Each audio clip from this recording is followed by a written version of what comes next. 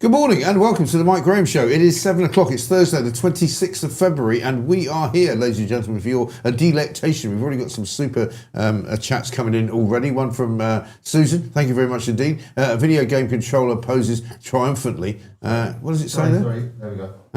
Poses triumphantly in between the words critical hit. I'm not sure what that means. Sometimes I see these messages that come in on super chats, and they're kind of, it's almost as if they're in some kind of code which only you understand. I don't understand it, to be honest. William Yarwood is here with us. William, very good morning to you. Morning, Mike. How are you, man? Taxpayer's Alliance man. A fantastic show this week earlier where he was able to tell us about the ridiculous and ludicrous amount of money that was going south out of council coffers to pay for the special educational needs of children up and down the country. You know, crazy figures of sort of, 200%, 300% rises in the amount of money being spent on travel for these kids, on just, generally educating them and all sorts of things. We might get into that, William. But meanwhile, front page is very, very mixed this morning. Yeah, very, very mixed. Lots of different stories going on.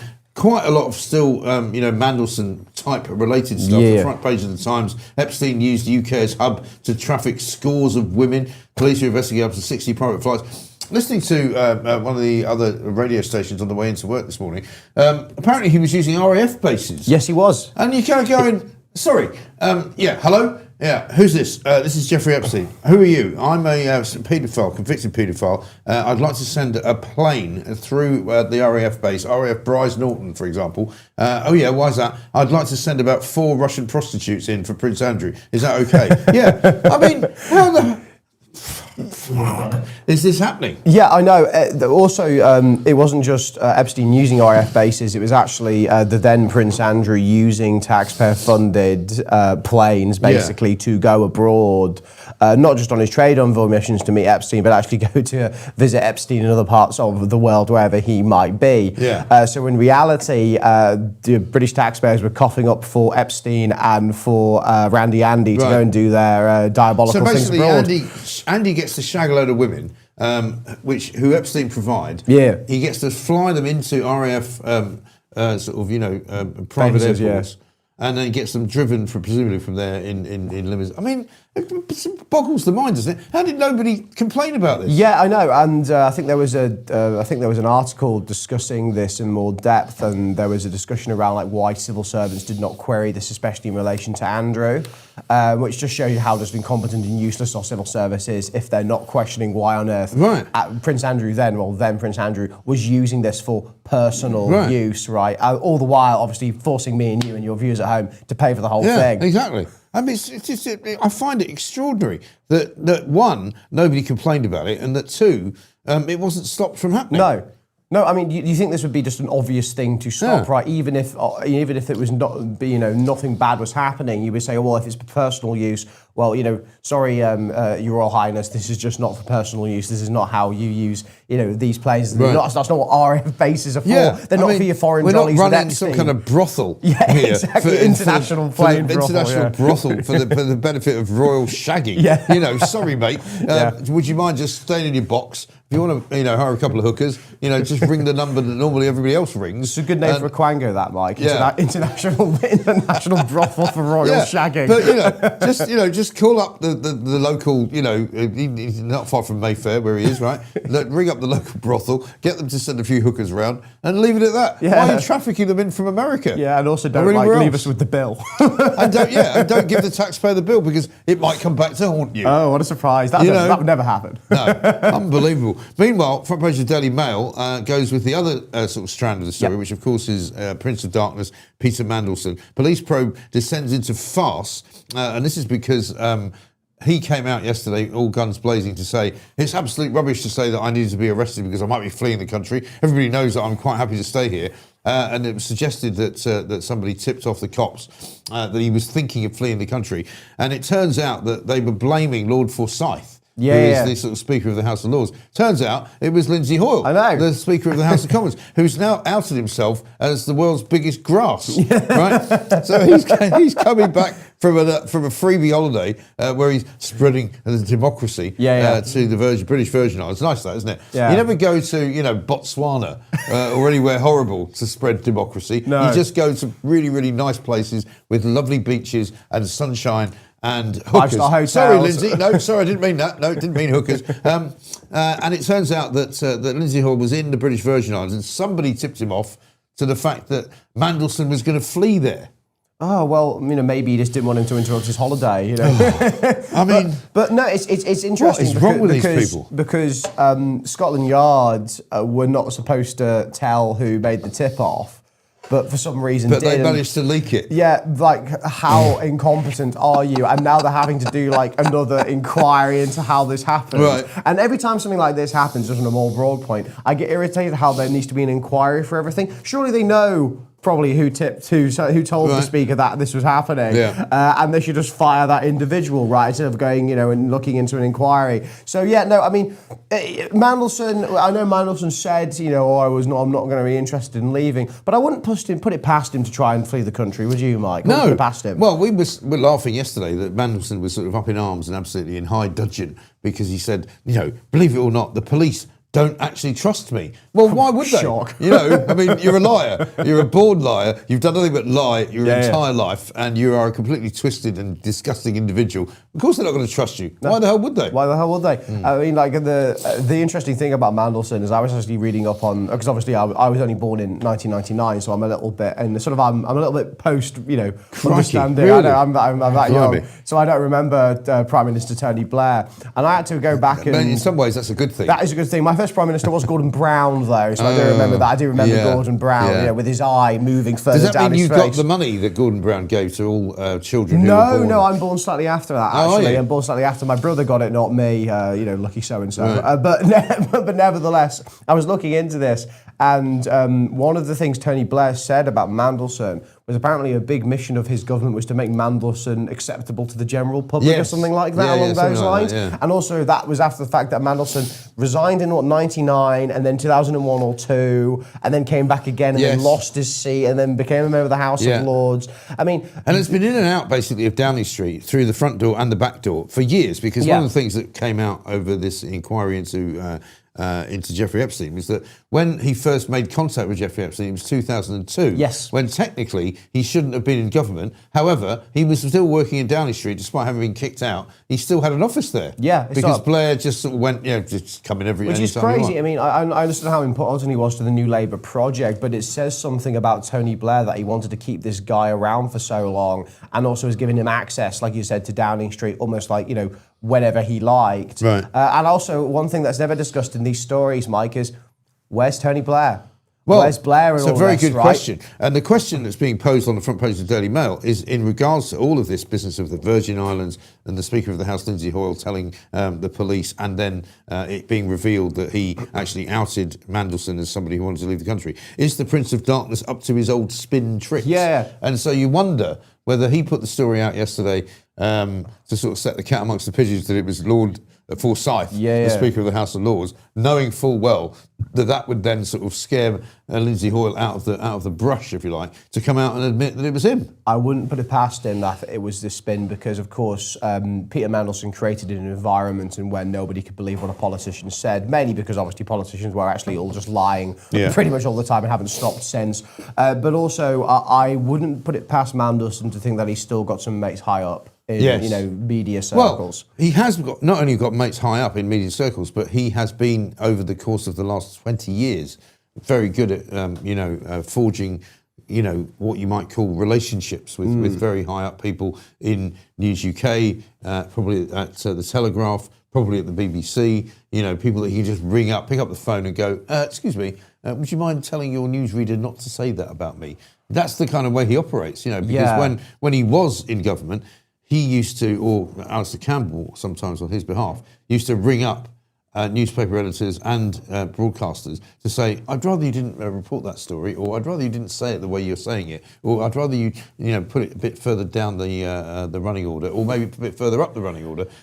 This is the kind of insidious nature of these people. Yeah, and I mean, just looking at Mandelson, he just gives me a chill through my spine, but... Yeah. There's something seriously rotten in the state of Denmark. Well, there really is. If Mandelson, a man like that, is able to just call people up and get things turned and these off kinds and of changed. stories, and these kinds of stories really, really sort of rock people's faith in government. Yeah, And yeah. one of the reasons why, for example, we've got the by-election in Gorton and Denton up in Manchester. And funnily enough, I was listening on the way in to Stig Abel on the Times radio show saying, after 7 o'clock, we're not allowed to mention it because Ofcom rules suggest that basically if you're in broadcast and you've got a radio show or a TV show, you have to pretend the election isn't happening. And he said, isn't it ridiculous? And he's right, actually, because it is ridiculous. It's a For heaven's silly sake, story. here we are. It's now, 2026. It is not 1926. And the idea that you can sort of put a complete, blackout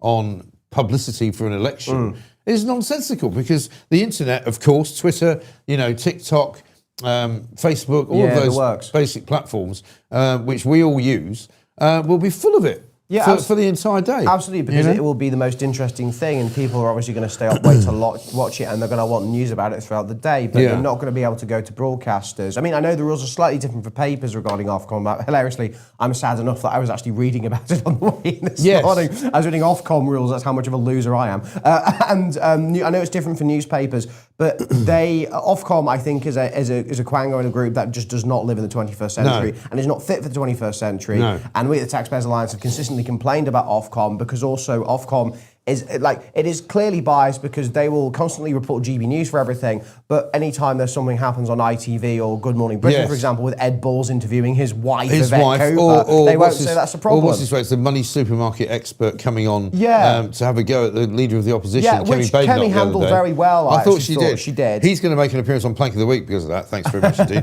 Before we do anything else, William Yarwood's here from Taxpayers Alliance. We've got a poll going on at the moment, which is loosely related to the news. Pooch, can we have a look at it? Yeah, which allergy is the worst? Because apparently, according to the front page of the Times today, we are now, after the loads and loads and loads of rain that we've had over coming the last few weeks, drier weather has caused some tree pollen levels to rise sharply. Hay fever season has arrived early, right? So here's the question today for the poll. Which allergy is the worst? Is it hay fever? Is it a peanut allergy? Is it an allergy to cats and dogs? Or is it socialism? Which is, of course, an allergy to go to work. And so far at the moment, socialism is winning. Hands down. Patriots. Hands down.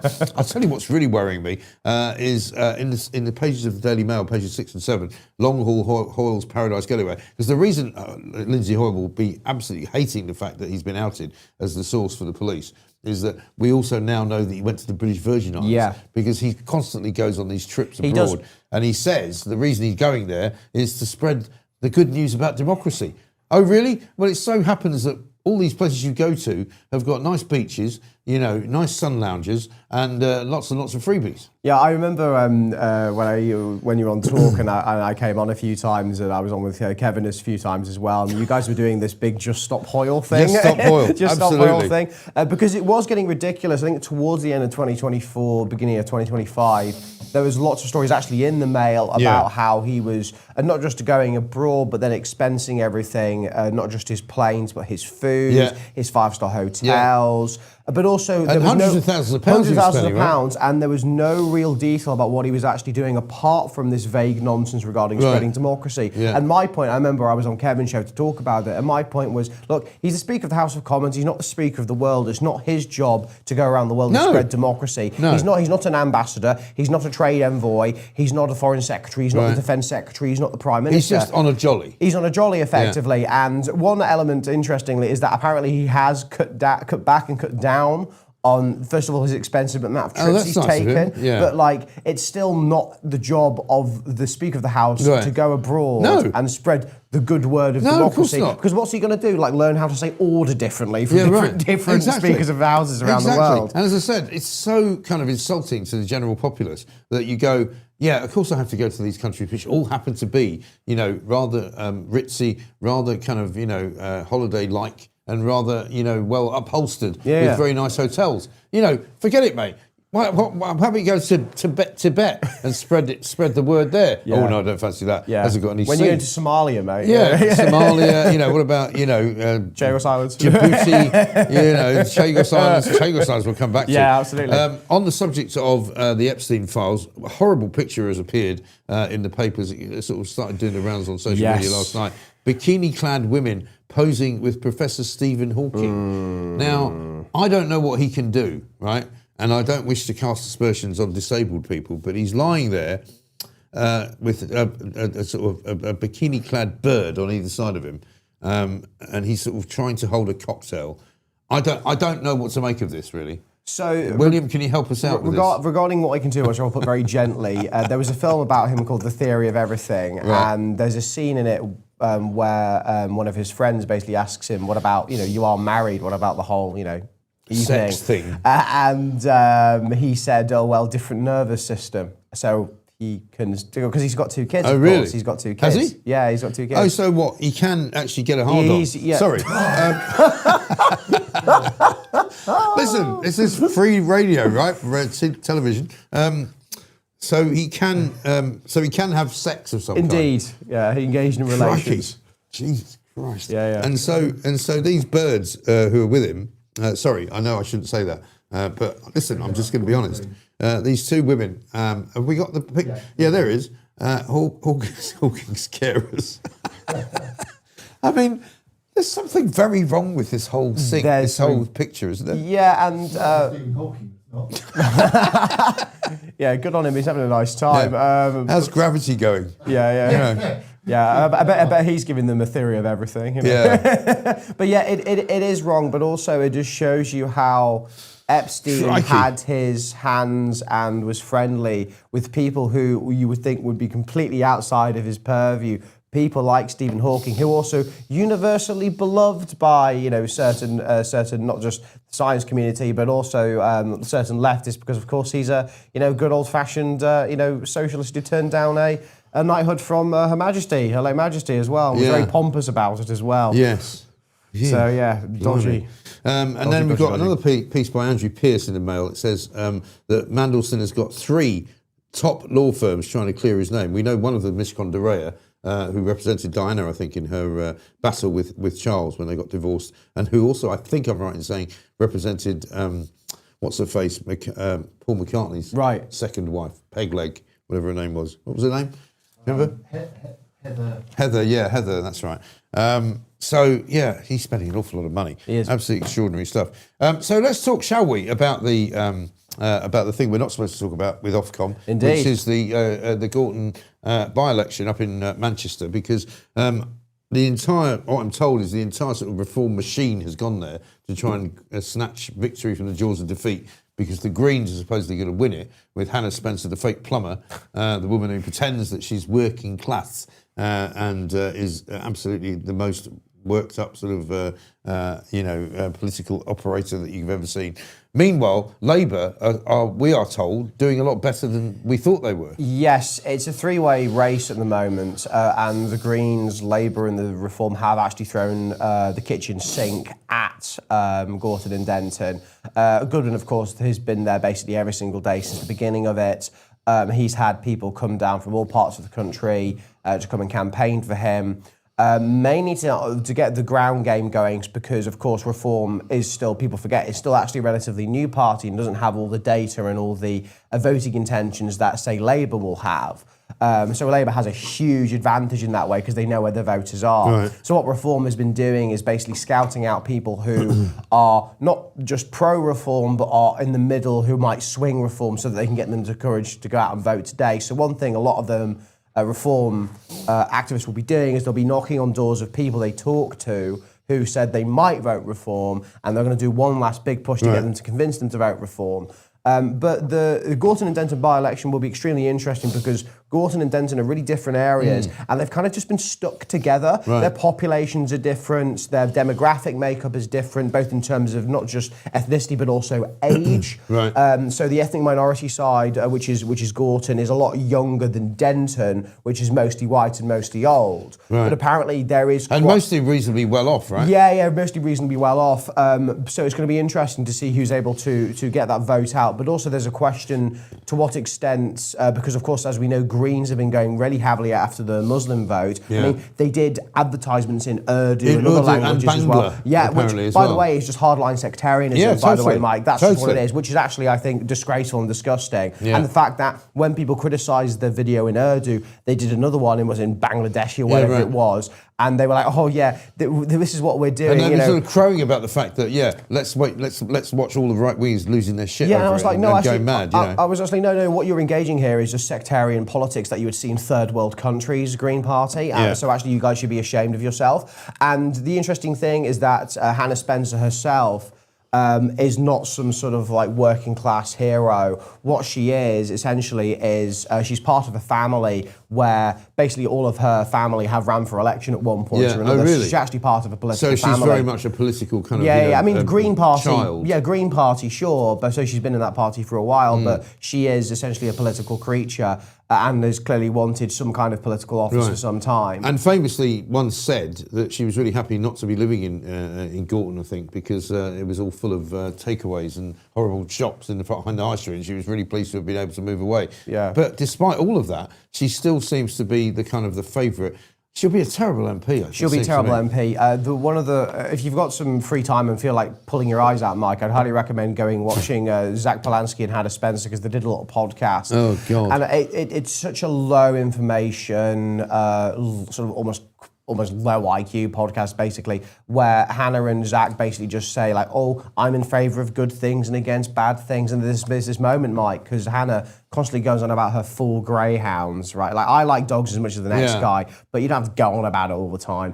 And she starts like crying about her greyhounds and saying how much they've taught her about life and compassion, and how, these were rescue dogs and I've saved them from their, from being abused, and they're so much better and they've made me grow as a person. And Zach Polanski's there crying as well. And it's just like, we need someone like you in Parliament because that's going to inform your politics. And I just wanted to throw up. Yeah, I know. thought this is absolutely gross. It is, because it's all performative. It is all performative, and they're just doing it for a reason. And you know what, Mike? Our problems are so much deeper and so much more serious than like crying about your dog on like a podcast, to be quite frank with you. Yeah. And also Hannah Spencer, when she was, I think we've talked about it actually when I was on the other week, when Hannah Spencer was on BBC Manchester, that big debate with all the candidates.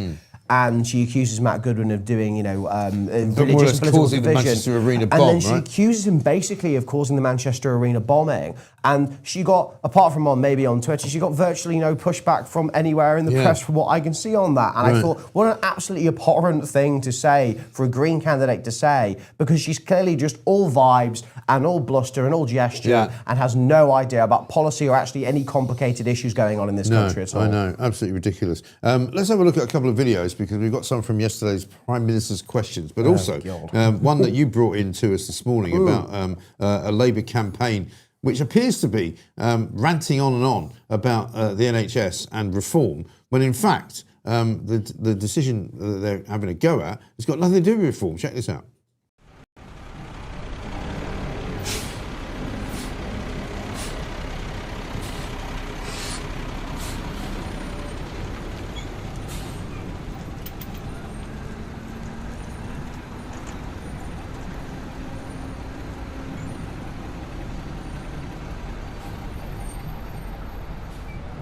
So I don't know if this is particularly anything to do with Gorton, the Gorton by-election, but they've basically got a bus going very, very slowly, which is about as fast as it could possibly ever go in London, 20 miles an hour, saying, our NHS, you can't be trusted, with Nigel Farage. Well, they're basically banging on about the claim that was made during Brexit, wasn't it, by Boris Johnson, that, we'll be able to give loads more money, 300 million quid to the NHS. That is supposed to be bunkum to say, well, that didn't happen. But why are they blaming Farage, who wasn't involved in any of that? Yeah, Farage was part of Leave.eu, not Vote Leave, and actually criticised the £350 million for the NHS claim, because while £350 million to the EU is correct, that's before rebate. So post-rebate, it's about £250 million, which is why back in the olden days, all the UKIPers used to say we give £1 billion a month to the EU, because obviously 250 times by 4 is £1 billion. And then they said obviously 12 billion a year if you do it over the months. Right. But the fundamental point is also lots of follow back pro-Europe types on Twitter and all the EU mob. They honestly go on about this. But if you look at the actual NHS spending, it's actually gone up by more than £350 million a week. There's a great front page on the Telegraph. Well, I was going to bring you onto that, which says that all the extra money that was pumped into the NHS hasn't made any difference. Yeah, exactly. And the argument that people like to make is that that there's been a massive underfunding of the NHS, and the Brexit lie was basically that more money would go to the NHS. Actually, one of the first things Theresa May did is she actually put more than £374 million in a week. Right. And that's gone up and up and up to the point where I think Andrew Neil on Twitter was saying it's close to £1 billion a week now, more on their national healthcare service. And like actually the Telegraph front page says, there's been no reward for it, and yet your taxes have gone up and up and up, and your healthcare service has got progressively worse. Because, Mike, this healthcare service was designed, one, for the 1950s, not for the 2020s. Two, when there were about 30 million fewer people living here. Population explosion, not just in terms of birth rates, but in terms of mass migration as well. And also, one of the stupidest things we do in this country, Mike, is we artificially constrain the amount of doctors we can train by only allowing a certain amount of people to go to medical school. And that is actually a sort of an instruction from the British Medical Association, the BMA, their own union, who say that. Who then complain about not having enough doctors and the fact that they're all going off to Australia, which, by the way, when doctors complain about the lack of pay in the UK and then move to Australia, which has a completely different model of healthcare service, you might think they might go, actually maybe an Australian-style health model's better than the one we have in Great Britain, but they never make that argument and can't connect the two, because essentially what the British Medical Association is essentially just a radicalised group of communists at this point. The British Marxist Association, which is far more likely. Bolshevik Medical Association. According to the piece in the Telegraph, it's all coming from Lord Bethell, Conservative Minister under Boris Johnson, who said Britain is facing a social, moral and economic disaster because billions and billions of pounds are being wasted in the NHS. He basically said spending in the last 17 years has doubled from 100 billion to 200 billion, as you say, but it's had absolutely no impact on the nation's health. And in fact, if anything, we're probably less well off now health-wise than we were before. Yeah, absolutely. And the interesting thing, Mike, is even though this is a great story and a great front page from the Telegraph, it's going to have absolutely no cut through, because unfortunately our political class and even a lot of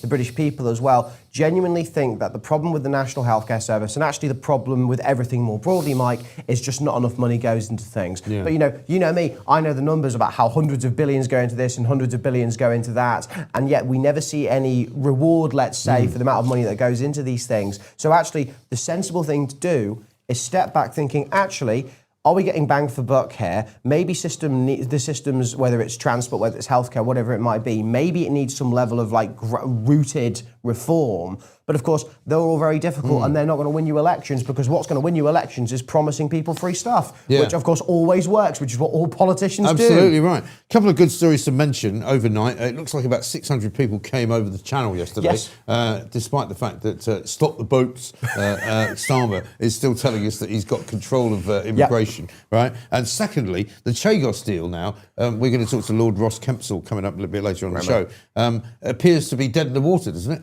Yeah, it's so funny. So, I saw on the BBC there was a big announcement that they'd suspended the Chagos deal because a Foreign Office minister said they'd suspended it due to the fact that President Trump had withdrawn his consent from it. But then the BBC was then reporting, because the government saw that and went, oh no, actually it's slightly different. So they retracted the suspension and said, what, you mean the BBC got it wrong? Well, no, the foreign minister got it wrong. So the foreign minister said on the record that the Chagos deal had been suspended, but then the government said, no, it's not been suspended because there was no timeline for this. Meaning that, it has been suspended in all but name. Because I did a little video about it yesterday, and I after I posted it, I saw the news notification. I thought, oh, really, I'm going to have to take this down. And then I thought, well, actually, hang on a second. It has been suspended. It's on the record. I'm going to go with what the foreign minister says, not with what the government is now sort of, pretending to say. It's like, oh, no, it's not suspended, guys, because there's no time limit on it. It's like, actually, you guys wanted it. There is a time limit on it. Because they've seen the report and gone, oh, it looks like we've made another U-turn. Oh, we better say we haven't made another U-turn. We better say that it's just, status quo. Well, it clearly isn't status quo, is it? The fact that the government can't even U-turn properly anymore, right? It will say one thing and then U-turn, but U-turn badly on a thing they've already U-turned on. It's a complete and confusing mess, and it just shows you the quality of our members of parliament, the quality of our ministers is genuinely just on the floor. It is shocking, isn't it? They are bloody awful. Same goes for the energy bill. Bullshit, right? Starmer comes out yesterday and goes, we're reducing your energy bills by £117.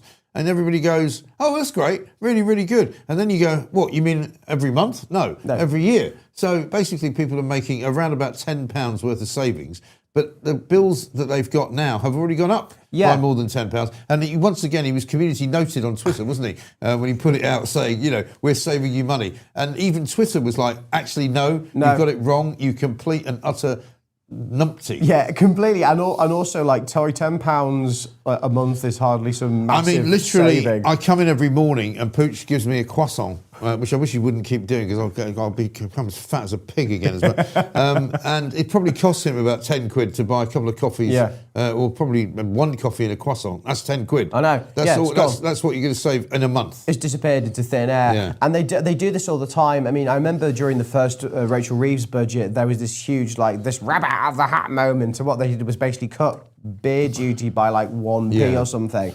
And people were going on about like how, beer and so is going to be cheaper in the pub. It's like, you're saving maybe 20p. Yeah. That's not going to affect anybody. No one's going to notice. Right. Like, this is just a simple way. They're trying to get good headlines from their friends and, their allies in the media or people who will go on TV to defend them. And also it's we're doing something about this. Yes. Look how proactive we are, when in reality they're not really making anything better for anyone at all. No, exactly right. Let's have a look at a couple of more videos, if we may, Pooch. How about this? This is Kemi Badenoch having a go at Rachel Reeves, who wasn't happy about it. Not just that he is saddling graduates with debt. Yesterday, the Bank of England, yes, where she used to work in customer services. Yesterday, the Bank of England... Yesterday, Mr. Speaker, the Bank of England said that his policies are fueling youth unemployment. That's not us, that's the Bank of England. For the first time ever, youth unemployment is now higher here than it is in the EU. And while he blames everyone else, our young people can't get jobs, they are losing hope and even leaving the country. Will the Prime Minister tell us how he plans to deal with it? Prime Minister. Mr. Speaker, she says she's ditching failed Tory policies. It's a very long list, 14 years of list, and it starts with the word sorry.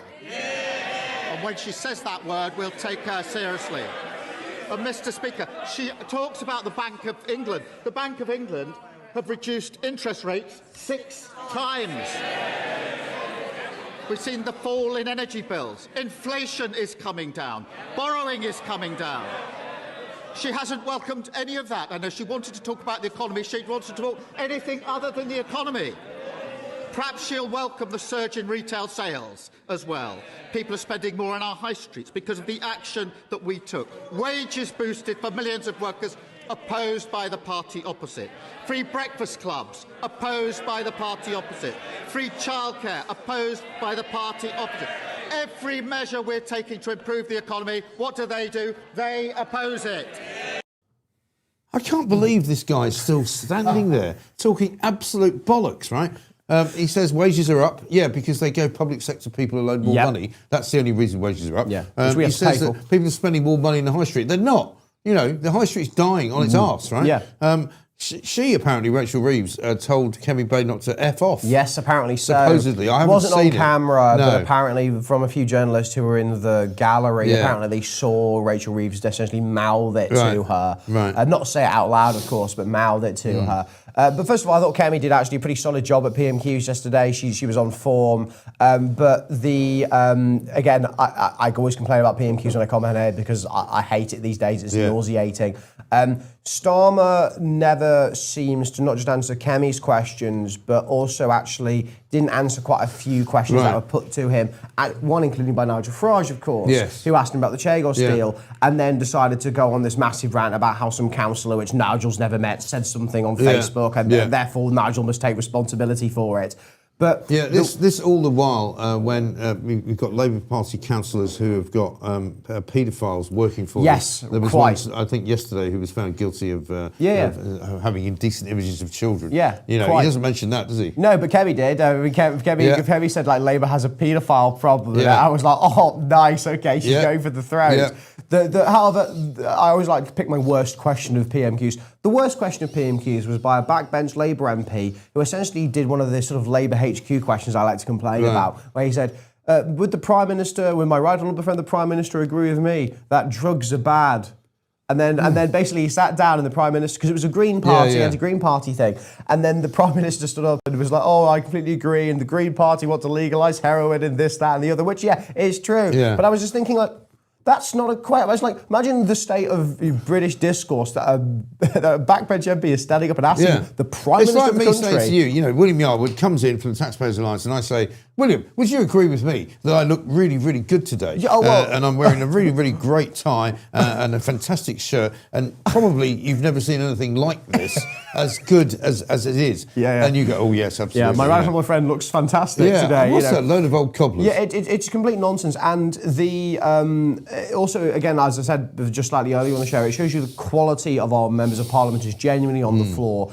And also, it shows you that they're all just concerned with either appeasing Keir Starmer and giving Labour HQ questions or appeasing their own sectarian part of the vote. Yeah. The first question in Labour backbench MP asked Mike was about Gaza and where's she the MP for? Luton. Of course. What a surprise. And also, hopefully, they're trying to influence the vote up in Gorton and Denton again. Yeah. Finally, front page of The Sun, they go with the Tourette's storm at the BBC, the BAFTA Awards. John Davidson, the 54-year-old subject of a movie called I Swear, who's in terribly hot water because he shouted the N-word at a couple of black guys who happened to be on stage, right?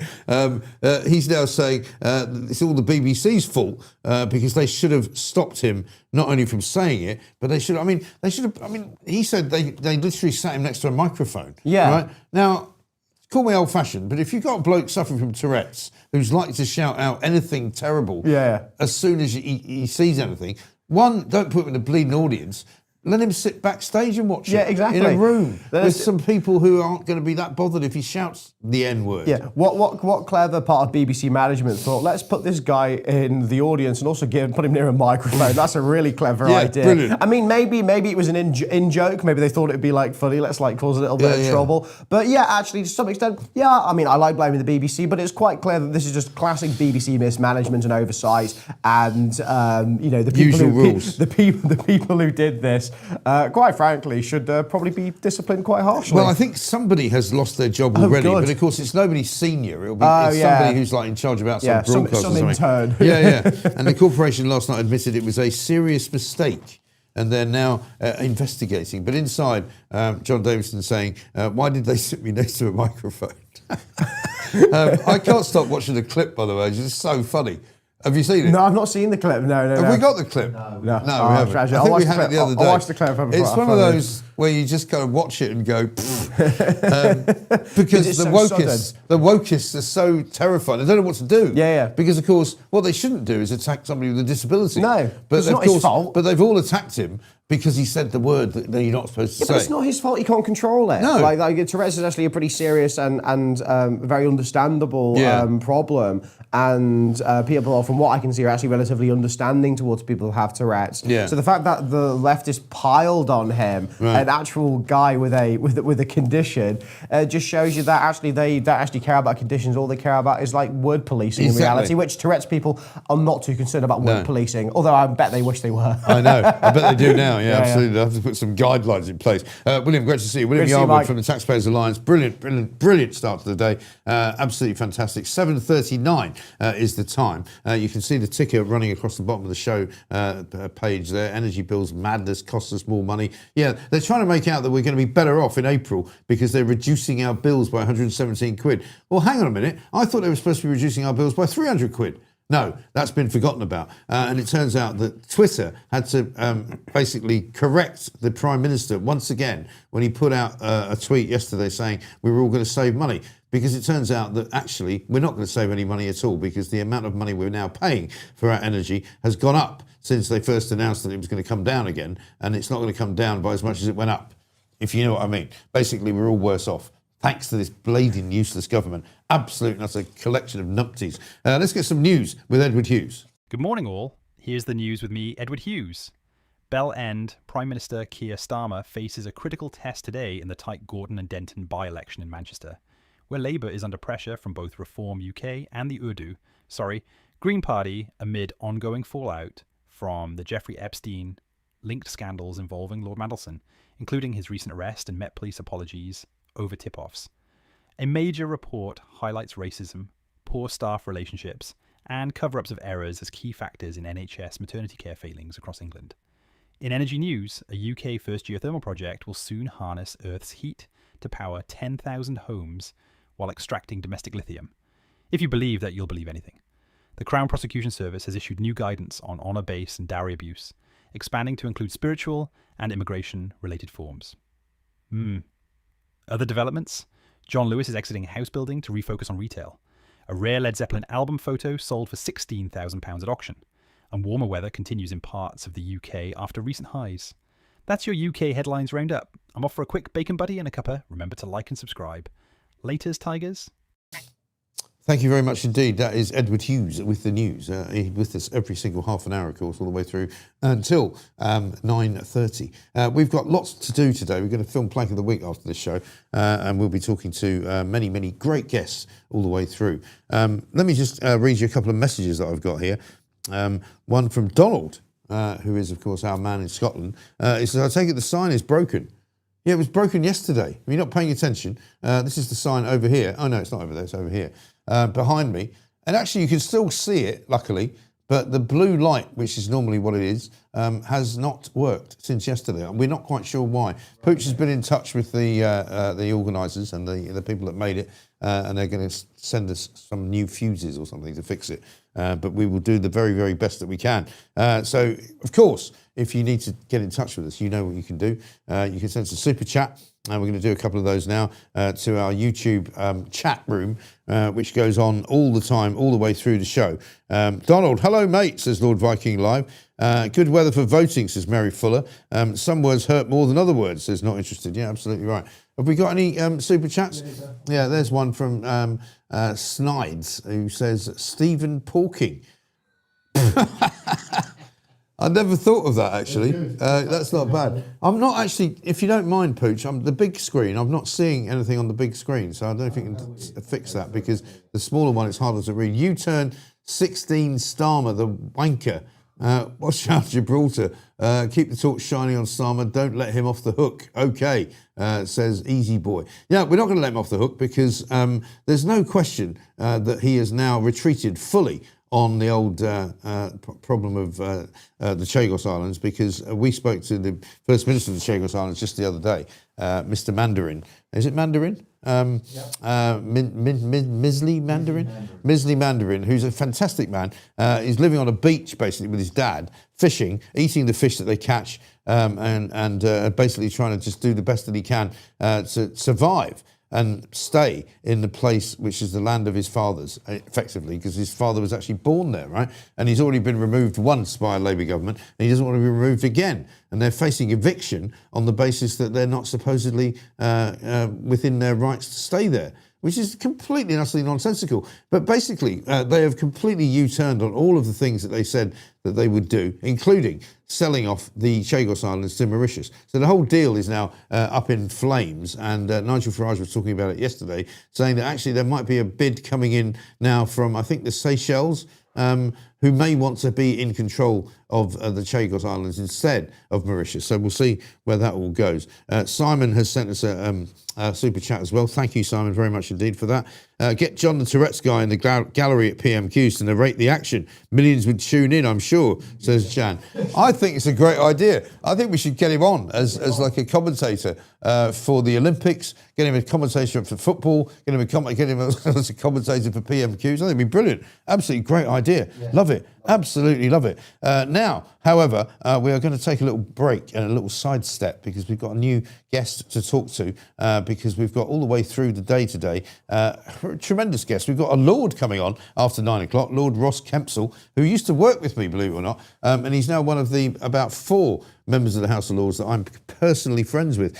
Jamie Jenkins is here as well with his statistics over the course of the next 24 hours. Right now, though, let's talk to Christian Dorgan. Christian, of course, our friend from Watchmen. He was in the studio with us last week telling us about how there are many, many more people losing their lives in the Channel when they cross from France than we know about. As many as 41 bodies, we think, washed up, and our authorities didn't tell us about them. This morning, Christian, a very good morning to you, we learned that there's something like 600 migrants have crossed just in the last 24 hours alone because the weather suddenly turned rather nice.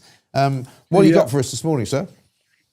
Yeah, so yesterday was actually the record day so far this year, but that's not why I'm actually here to speak to you today, Mike. It's not regarding the boat migrants. It's crossing the channel. It's regarding the government and how they said. Do you remember how they said they were going to crack down on the people smuggling gangs' social media ads? Yes. Well, that has not happened. So I have done quite a lot of deep diving, quite a lot of research into the people smuggling adverts on TikTok and obviously other platforms. Now there are thousands of them, and the biggest issue that we've got really is that the English language is being censored a lot more than any other language. So effectively, people are putting normal posts, so English people are putting posts about the people smuggling crisis, the invasion to the UK, and their posts are being shut down almost instantly. And all the while, the people smuggling adverts, predominantly on TikTok, are and there's one right now just on the screen. Yeah. They are staying up for months, sometimes even over a year. Right. So yeah, it's effectively the censorship of the English language is almost creating it's almost creating a safe haven really for the people smugglers to operate in. Right. And so, despite what the government have promised, because they said that one of the reasons they wanted to stop these kind of adverts going out and this kind of promotion, if you like, of let's go to Britain because, you know, you can have a great time there. They're literally not stopping these ads at all. No, so I did a couple of experiments myself actually, just to test. So I actually screen recorded. So I screen recorded a people smuggling. Oh, I screen recorded quite a few actually, videos, screenshots, and pictures. So I translated the Arabic on the advert. I translated the Arabic to English. I then reposted the post on my own account, and immediately it was taken down.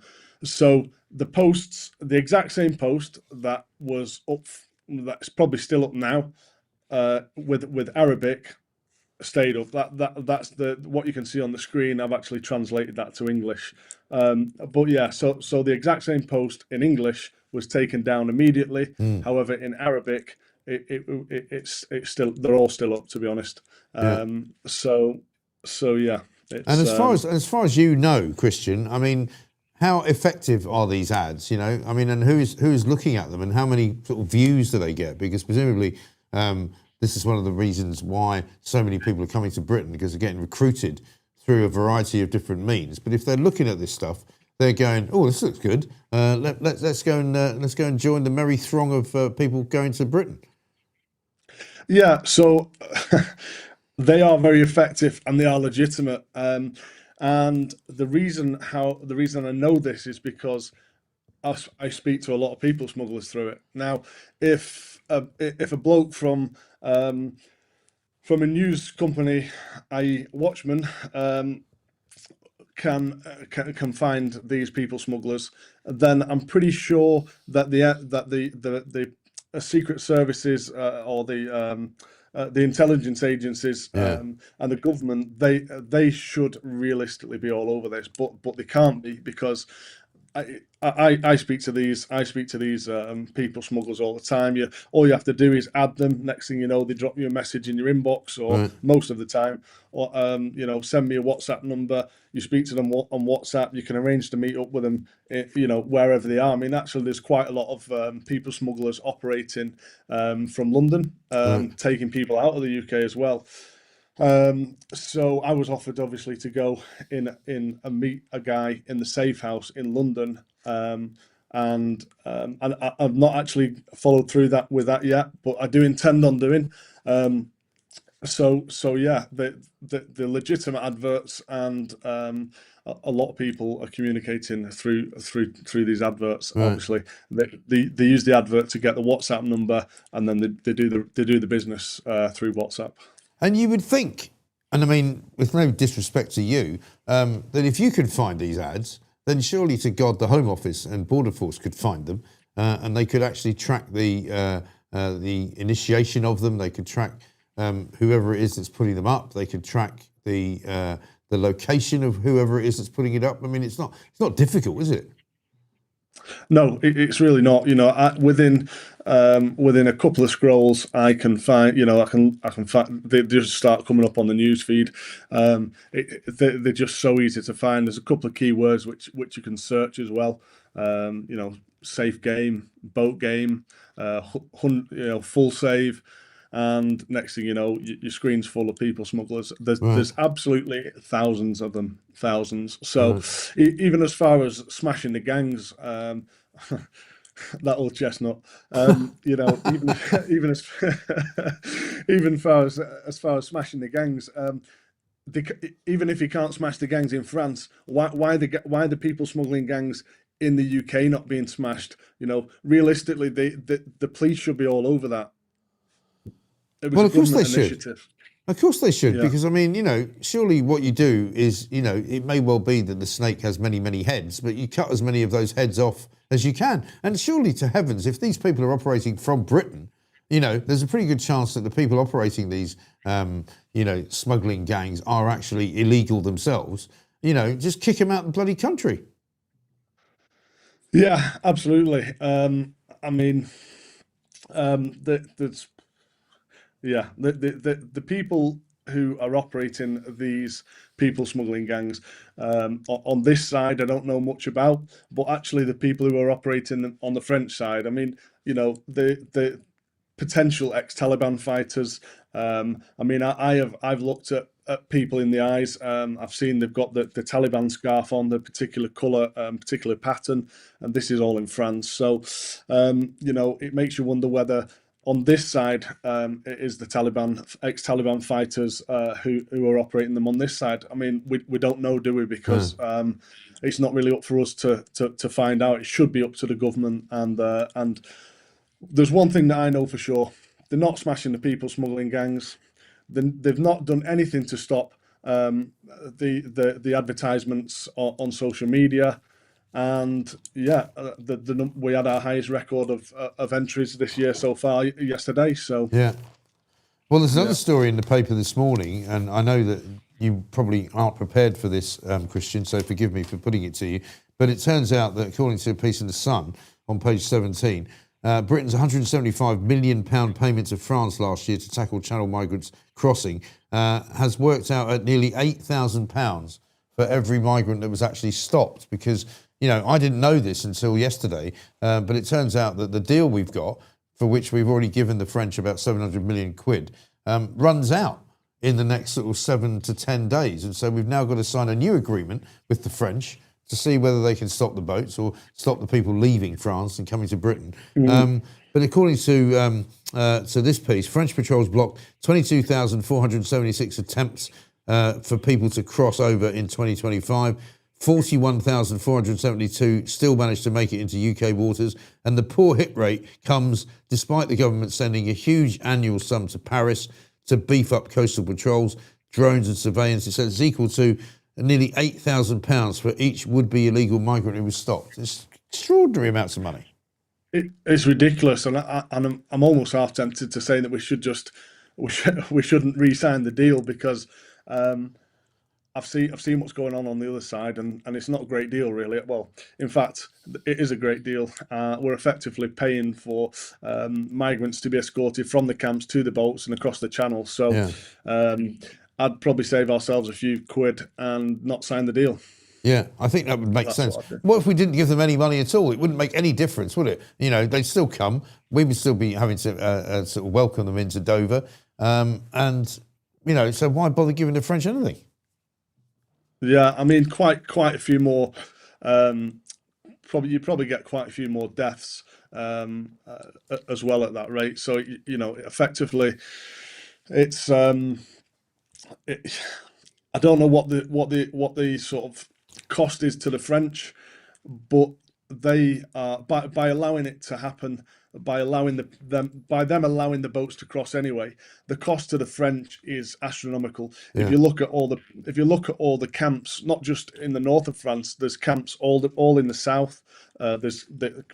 Paris. I don't know if you've been to Paris lately, but it's not what it used to be a few years ago. No. It's full of drugs.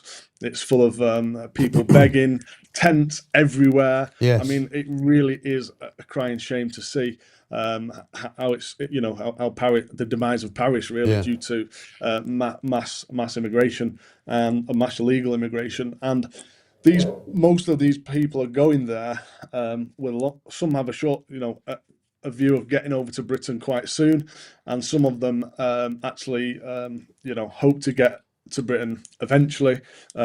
So yeah, by them not stopping the boats anyway, that they're only attracting people to come to France anyway illegally. Yeah, exactly right. And you have got involved in this organisation called Watchmen, which is a new website and a new kind of investigative unit, if you like, of journalism. Tell us a bit about Watchmen. Tell us a bit about your own involvement, Christian, and how you kind of got to this place. Why you're so concerned about tracking what's going on out there. Yeah. So I initially got involved in, let's say, I got involved in politics locally a few years back, and just on a level sort of canvassing, that sort of thing, trying to help out. I then sort of started getting involved in a few news stories and helping people out with news stories, and that's where I sort of found my passion for seeking the truth. A trip to France, a couple of trips to France later, and a documentary, and I just realised that I felt like I personally had a passion and quite a good skill for journalism. So we decided, and with a few other sort of journalists, we decided to come together, create Watchmen, which is. It's an umbrella sort of organisation for us journalists to come together underneath and try and go out and seek the truth. I mean, there's quite a few projects that I'm working on at the minute that I just can't tell you about, kind of for my own safety reasons, really. But investigative journalism is a dying trade. It used to be quite heavily funded by the newspapers, but I don't think the newspapers have the spare change to throw at investigative journalism anymore. That's what I believe anyway. So we're hoping to sort of invigorate that side of journalism through Watchmen. Yeah, no, you're absolutely right. I mean, it's a terrible shame, actually, because, I've been in newspapers and journalism for most of my life, and there was a time 20 odd years ago when they would all have, every newspaper would have a sort of investigative unit. It was very cost ineffective because you had to spend a lot of money to sometimes not get anything at all. But they've now given up on all that. They've now given up on sort of spending that kind of money, and they just hire now, a load of graduates aged 22, pay them no money and make them sit behind a computer, reading stuff on the internet. They don't actually send anybody out anymore. So it's really great that you're doing it. And without wishing to give anything away, can you give us a couple of maybe hints about what might be coming in the coming weeks? Yeah, so we're hoping to investigate. I'm just trying to think what I can say really, but yeah, we're hoping to investigate a lot deeper into the sort of the channel crisis, the channel crossing crisis. And I'm sure some viewers might watch the documentary, they might be aware of what that means. And yeah, that's what we're hoping to do. We've got a lot of other smaller investigations which we're doing around the UK. And yeah, it's effectively the next big The next big project is documentary part 2. Okay. All right, great. Well, we really enjoyed the first one where you went into a migrant camp over in Calais. So we'll look forward to very much seeing part 2 of that. Christian, great to see you. Christian Drogan from Watchmen. Go check it out. Watchmen is the name of the website. And if you haven't seen it, go and see the first, documentary where he goes into the depths and the darkness of the migrant camps over in Calais to discover that they're run literally by deadly, ghastly drug gangs. There's lots of guns there, there's lots of drugs, there's lots of crime, and it's a pretty lawless situation. And these are the people that are coming to this country having spent time in these camps. So if they weren't criminals before they got to the camps, they've become criminals while they're in the camps. And when they get here, they continue with their criminal activities. And that's why we highlight that for you all the bleeding time, because it can't be highlighted enough. Now, coming up, Jamie Jenkins is going to join us, our favourite statistician from Wales. We'll find out from him what he makes of the migrant crossing numbers. Not just that, though, but also the lies that were coming out of Keir Starmer's mouth yesterday about how the economy is turning around and the economy is booming and apparently people are spending more money in the high street. No, they're bloody well not. And, of course, the other thing, which he says is happening, which is that business confidence is up, which it clearly isn't. How can he stand there inside the most holy of kind of democratic households, i.e. the House of Commons, and just tell blatant lies? The man surely must be an inveterate liar. He must be a psychopath because he must know that he's lying. How can he say what he says and believe it unless he's a psychopath? It's that simple. Keir Starmer, what a nightmare. This, of course, is the Mike Graham Show. If you want to get in touch with us, you can find us on the YouTube chat, and you can send us a super chat as well. Also, you can find me on Twitter at IROMG. Find me on Facebook as well, on the Mike Graham Show, and so many other ways to get in touch. We'll be telling you, by the way, as well, very shortly, how you get your hands on one of these. Look at that. A Mike Graham Show bumper sticker for your delectation. You stick it on the back of your car, or the back of your lorry, back of your tractor, back of your van, whichever you prefer, back of your taxi. And we've got Plank of the Week to do later on as well. It's all happening. This, of course, is the real home of common sense. Let's get some news with Edward Hughes. Good morning, all. Here's the news with me, Edward Hughes. Bell End, Prime Minister Keir Starmer faces a critical test today in the tight Gorton and Denton by-election in Manchester, where Labour is under pressure from both Reform UK and the Green Party amid ongoing fallout from the Jeffrey Epstein linked scandals involving Lord Mandelson, including his recent arrest and Met Police apologies over tip-offs. A major report highlights racism, poor staff relationships, and cover-ups of errors as key factors in NHS maternity care failings across England. In energy news, a UK first geothermal project will soon harness Earth's heat to power 10,000 homes while extracting domestic lithium. If you believe that, you'll believe anything. The Crown Prosecution Service has issued new guidance on honour-based and dowry abuse, expanding to include spiritual and immigration-related forms. Other developments? John Lewis is exiting house building to refocus on retail. A rare Led Zeppelin album photo sold for £16,000 at auction. And warmer weather continues in parts of the UK after recent highs. That's your UK headlines roundup. I'm off for a quick bacon buddy and a cuppa. Remember to like and subscribe. Laters, Tigers. Edward Hughes with the news there. Thank you very much indeed, Edward. We'll hear from you again around about 8:30. We've got 4 minutes past 8 right now. Jamie Jenkins coming up very shortly. Lots and lots of stories to tell you about. On the news list, we can run through a whole bunch of stories. On the front pages this morning, Andrew must pay back misused money, says the I newspaper, because, of course, what we now know is that Andrew was using RAF flights, he was using RAF bases, he was using taxpayers' money to fly tarts around the world. I mean, what an absolutely ridiculous situation. Epstein used the UK as a people trafficking hub, according to the front page of the Times. We've got the Mail saying, is Peter Mandelson the Prince of Darkness up to his old tricks? Because it turns out that when it came out yesterday that he was arrested because the police thought he might do a runner to the British Virgin Islands, he said it was absolutely ridiculous and out of control. It turns out that it wasn't so much Lord Forsyth that told the police that he might do that, but it was Lindsay Hoyle, the Speaker of the House of Commons, who turns out to be Supergrass. who went to the British Virgin Islands. While he was hanging around there drinking a couple of pina coladas, somebody said to him, by the way, have you heard that Peter Mandelson's coming over? And he went, what? And he said, no, he's coming to live here because he thinks he's going to be arrested. So he comes back from the British Virgin Islands, tells the cops at Scotland Yard that this is happening, and they go and lift him from his very lavish place in Camden.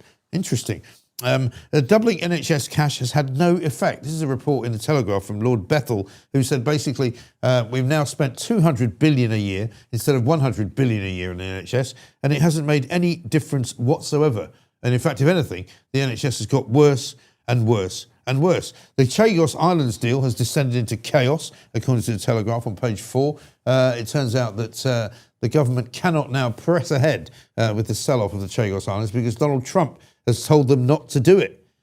And now they're all crapping themselves thinking, oh, God, we don't upset the Donald, do we? We'll be talking to Lord Kempsall coming up later on in the hour, later on in the show, rather, to find out what he has to say about it. Energy bills madness cost us all more money, says the Daily Mail on page 2, because, of course, yesterday again, Keir Starmer was crowing about the fact that, we're adjusting our energy bills by £117. But it's not £117 a month, you complete and utter numpty. It's £117 a year. So actually, we're reducing your energy bills by about £8. Great, brilliant. I'll go and spend it on a pint of Guinness, you complete and utter wanker. Here's Danny. Oh, sorry, it's just disappeared. I just went to read that. This woman is a disingenuous traitor to Brits and an embarrassment to women everywhere. Vile. I don't know who you're talking about. Could it be that you're talking about Meghan Markle, who I think is on the front page of the Mail? Yeah, look who's popped up on surprise royal tour. And there's page 3 on Meghan Markle. Some people have suggested to me, by the way, that she might be pregnant again. I don't think so. I mean, I don't care, really. But I wish she'd just stay out of the way so we don't have to talk about her, to be honest. Hey? What is that plate behind you, Mike? Oh, what, the one over here? Oh, no, over there.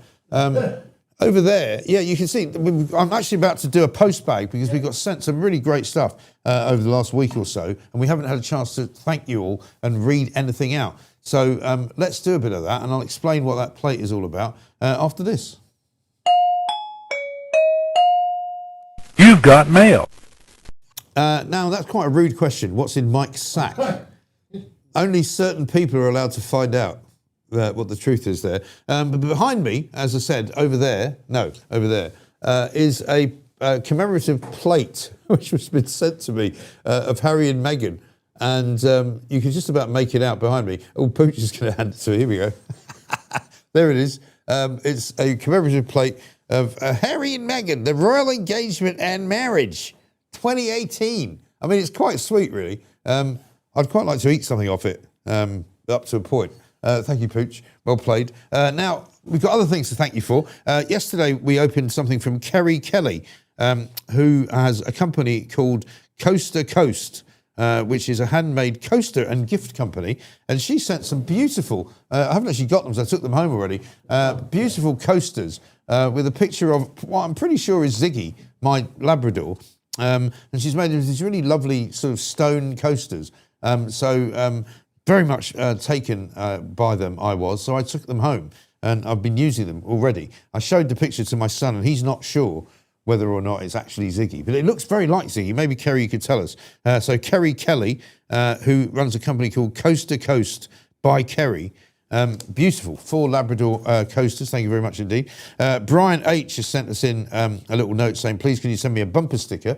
And he donated £10 to the cause as well. So thank you for that. Yeah, we're going to send you one. It's on its way to you. We'll tell you soon which is the address to actually send a bumper sticker to, and enclose a stamped addressed envelope. I don't have enough middle fingers for today. This comes from, I think, Sandy, who's put that little particular note to us. Some days you might need this. Yeah, I think that's right. We also got some lovely... I got a couple of lovely heron ties, by the way. Lola says this: I saw this card and instantly thought of you. I love the new studio and the joy you bring and the truth and the fun. Good luck in all you do, says Lola. And there it is. There's a picture of a heron, which is very nice. That's very nice indeed. Frederick Thomas Ties, one of the companies that sent me in a very nice tie. It comes from West Molesey. I'm not sure where that is. West Molesey. Where is that? Is it near Esher? Okay, Pooch knows that neck of the woods. I love your show and watch every morning. I hope you like the tie. Do you know what? I might wear it, actually, for a Plank of the Week, which is coming up later on. Very nice, very stylish, very, very much so. Also, a couple of other things. Very nice letter here from Peter and Elizabeth Parry Williams in Chippenham, Wiltshire, where I used to live, not very far away from there. I used to live in Devizes. They say, we are avid watchers of your show. Congratulations on the success. You very much deserve it for your hard work. Back in late January, my wife Elizabeth painted a picture of a heron for you. When you published your postal address, we sent it to you. According to the tracking information Royal Mail supplied, the picture was delivered to you on the 5th of February, and the photo they supplied confirms this. The picture was on hot-pressed watercolour. Oh, there it is.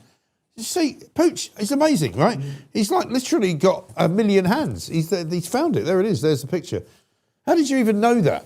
Incredible. Thank you very much indeed. So the picture was on hot-pressed watercolour paper, approximately A4 in size, and sandwiched between two white 3mm laminated art boards with a further 2mm brown stiffener board for further protection.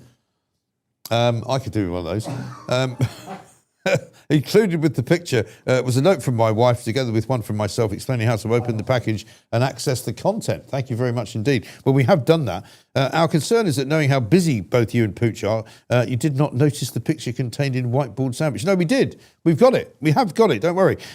Luckily, prior to sending the picture to you, we scanned it and had 2 enclosed mugs produced. So they sent us mugs as well with the herons on them. Thank you very much indeed. Thanks to both of you and to Pooch for all your hard work, showing us some light amongst the gloom and chaos of the moment. And Elizabeth and Peter Parry Williams from darkest Wiltshire, they say, forgive the analogue communication.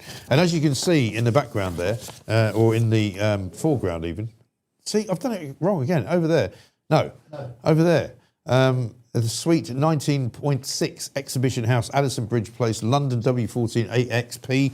That is the number and the address to send your stuff to. The other thing that you might have noticed, and I don't, Pooch, whether we can see it, but in front of me here, to my left, you might have to pull out a bit, the Mike Graham Show, right? Somebody actually put this together, and his name is, where are we?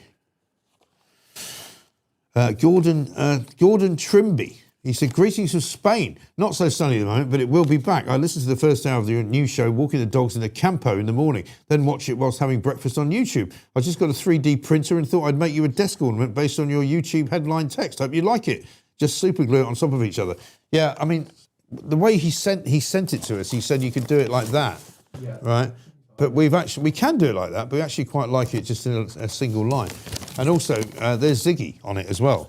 Because Ziggy, of course, the dog, who's got a bad paw at the moment. My paw's a bit better today, by the way, in case you're wondering. I managed. I'll tell you a story actually about it. I went to somebody said to me, go to the pharmacy because of the new NHS guidelines, pharmacists are able to give you antibiotics. So you'll be able to just go to the pharmacy, save yourself going to a doctor, sitting in a waiting room, waiting to see your GP, no problem at all. So, of course, I went to see the pharmacist and she said, you need to go to the doctor. I said, well, I don't want to go to the bloody doctor. I haven't got time. I said, can't you just give me some antibiotics? No, I can't do that. You have to get them from a doctor.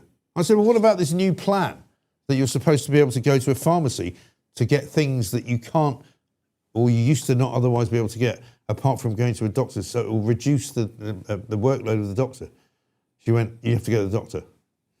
I mean, give me strength. Finally, where are we? A Cambridge crafter sent this. I've been watching you for years, and although I don't agree with you on everything, I think you've got your finger on the pulse nearly all the time, says Dave Murphy. I've been happy to see the rise of your own channel and have been impressed with its progression over the past few weeks. I love the desk, but can't believe you haven't got any coasters for your cups. I spent 35 years in IT, but with Richard III in charge, I lost my job last year, so I revived a hobby and started making things from wood. So please accept these coasters and look after that lovely table. And these are, I think, the coasters that he sent in, which are made of wood, which are rather nice. So we've got some heron coasters, we've got some wood coasters. So thank you to all of you for sending all this really, really nice stuff in. And that's kind of the post bag for the day. But we will continue to open the post as it comes in. So thank you very much indeed. Let's talk to Jamie Jenkins, shall we? Because we've been probably keeping him waiting a bit long time. Jamie, good to see you, man. Very good morning. Sorry about that. I just thought we have to acknowledge all the lovely people that send us all the great stuff that we've got here in the studio. I noticed you haven't sent us any gifts. but I'll let you off just this once. No, I've sent you a couple of mugs, Mike. Rachel Reeves and Keir Starmer at the door for a Plank of the Week recording, I think. So I hope they're coming. I have invited them along. Yeah, right, absolutely. Well, no doubt if you did actually send us any gifts, you're going to be taxed up the wazoo. So they'd probably come for you and to try and make you pay a load of money. Let's kick things off, shall we, with some statistics. Yesterday, comes as no surprise to you, I'm sure, the weather was rather nice. It was 20 degrees when I got in the car yesterday afternoon. And 600 bleeding migrants have arrived who weren't here yesterday and who are now here today. Yeah, and it was a great piece you had on the show earlier on about smashing these gangs, Mike, because, people, I think Starmer was saying, and some of the Labour MPs were lauding the fact that the number of small boat crossings was quite low through January, and we've had a couple of low figures. But as we've discussed in the past, Mike, the only thing that stops the migrants coming over is the weather. Yeah. And as soon as you get that nice bit of weather on the south coast, I think, up to 600 alleged have come in yesterday. We get the full confirmed figure a bit later on. And that deal you were talking about with France, absolute nonsense, that deal with France. I don't even know why we're paying money, because when they say, Mike, that we're stopping people coming over, the French are stopping, well, they don't really stop them. It just delays them, because what will happen is if they stop, say, 50 to 100 coming over on one day, they just come back the next day. It's not as if they're removing them from the beaches and then sending them back from the country that they came from. So that's absolute nonsense that they talk about. And we've got some, I think, new figures out later on today, Mike, on immigration and the asylum system overall as well. And it's a government completely out of control. When was the last time you heard Starmer say he was going to smash the gangs, Mike? I haven't heard that saying for a long time. No. But we did hear him yesterday banging on about how well the economy's doing, which I found completely, honestly, ludicrous. Talking about how, people are spending more money in the high street. No, they're not. People are feeling more, flush with money. No, they're not. Wages have gone up. Well, yeah, if you work for the public sector, maybe, but not for most people in this country who don't work for the public sector. So it's been an absolute, car crash, hasn't it?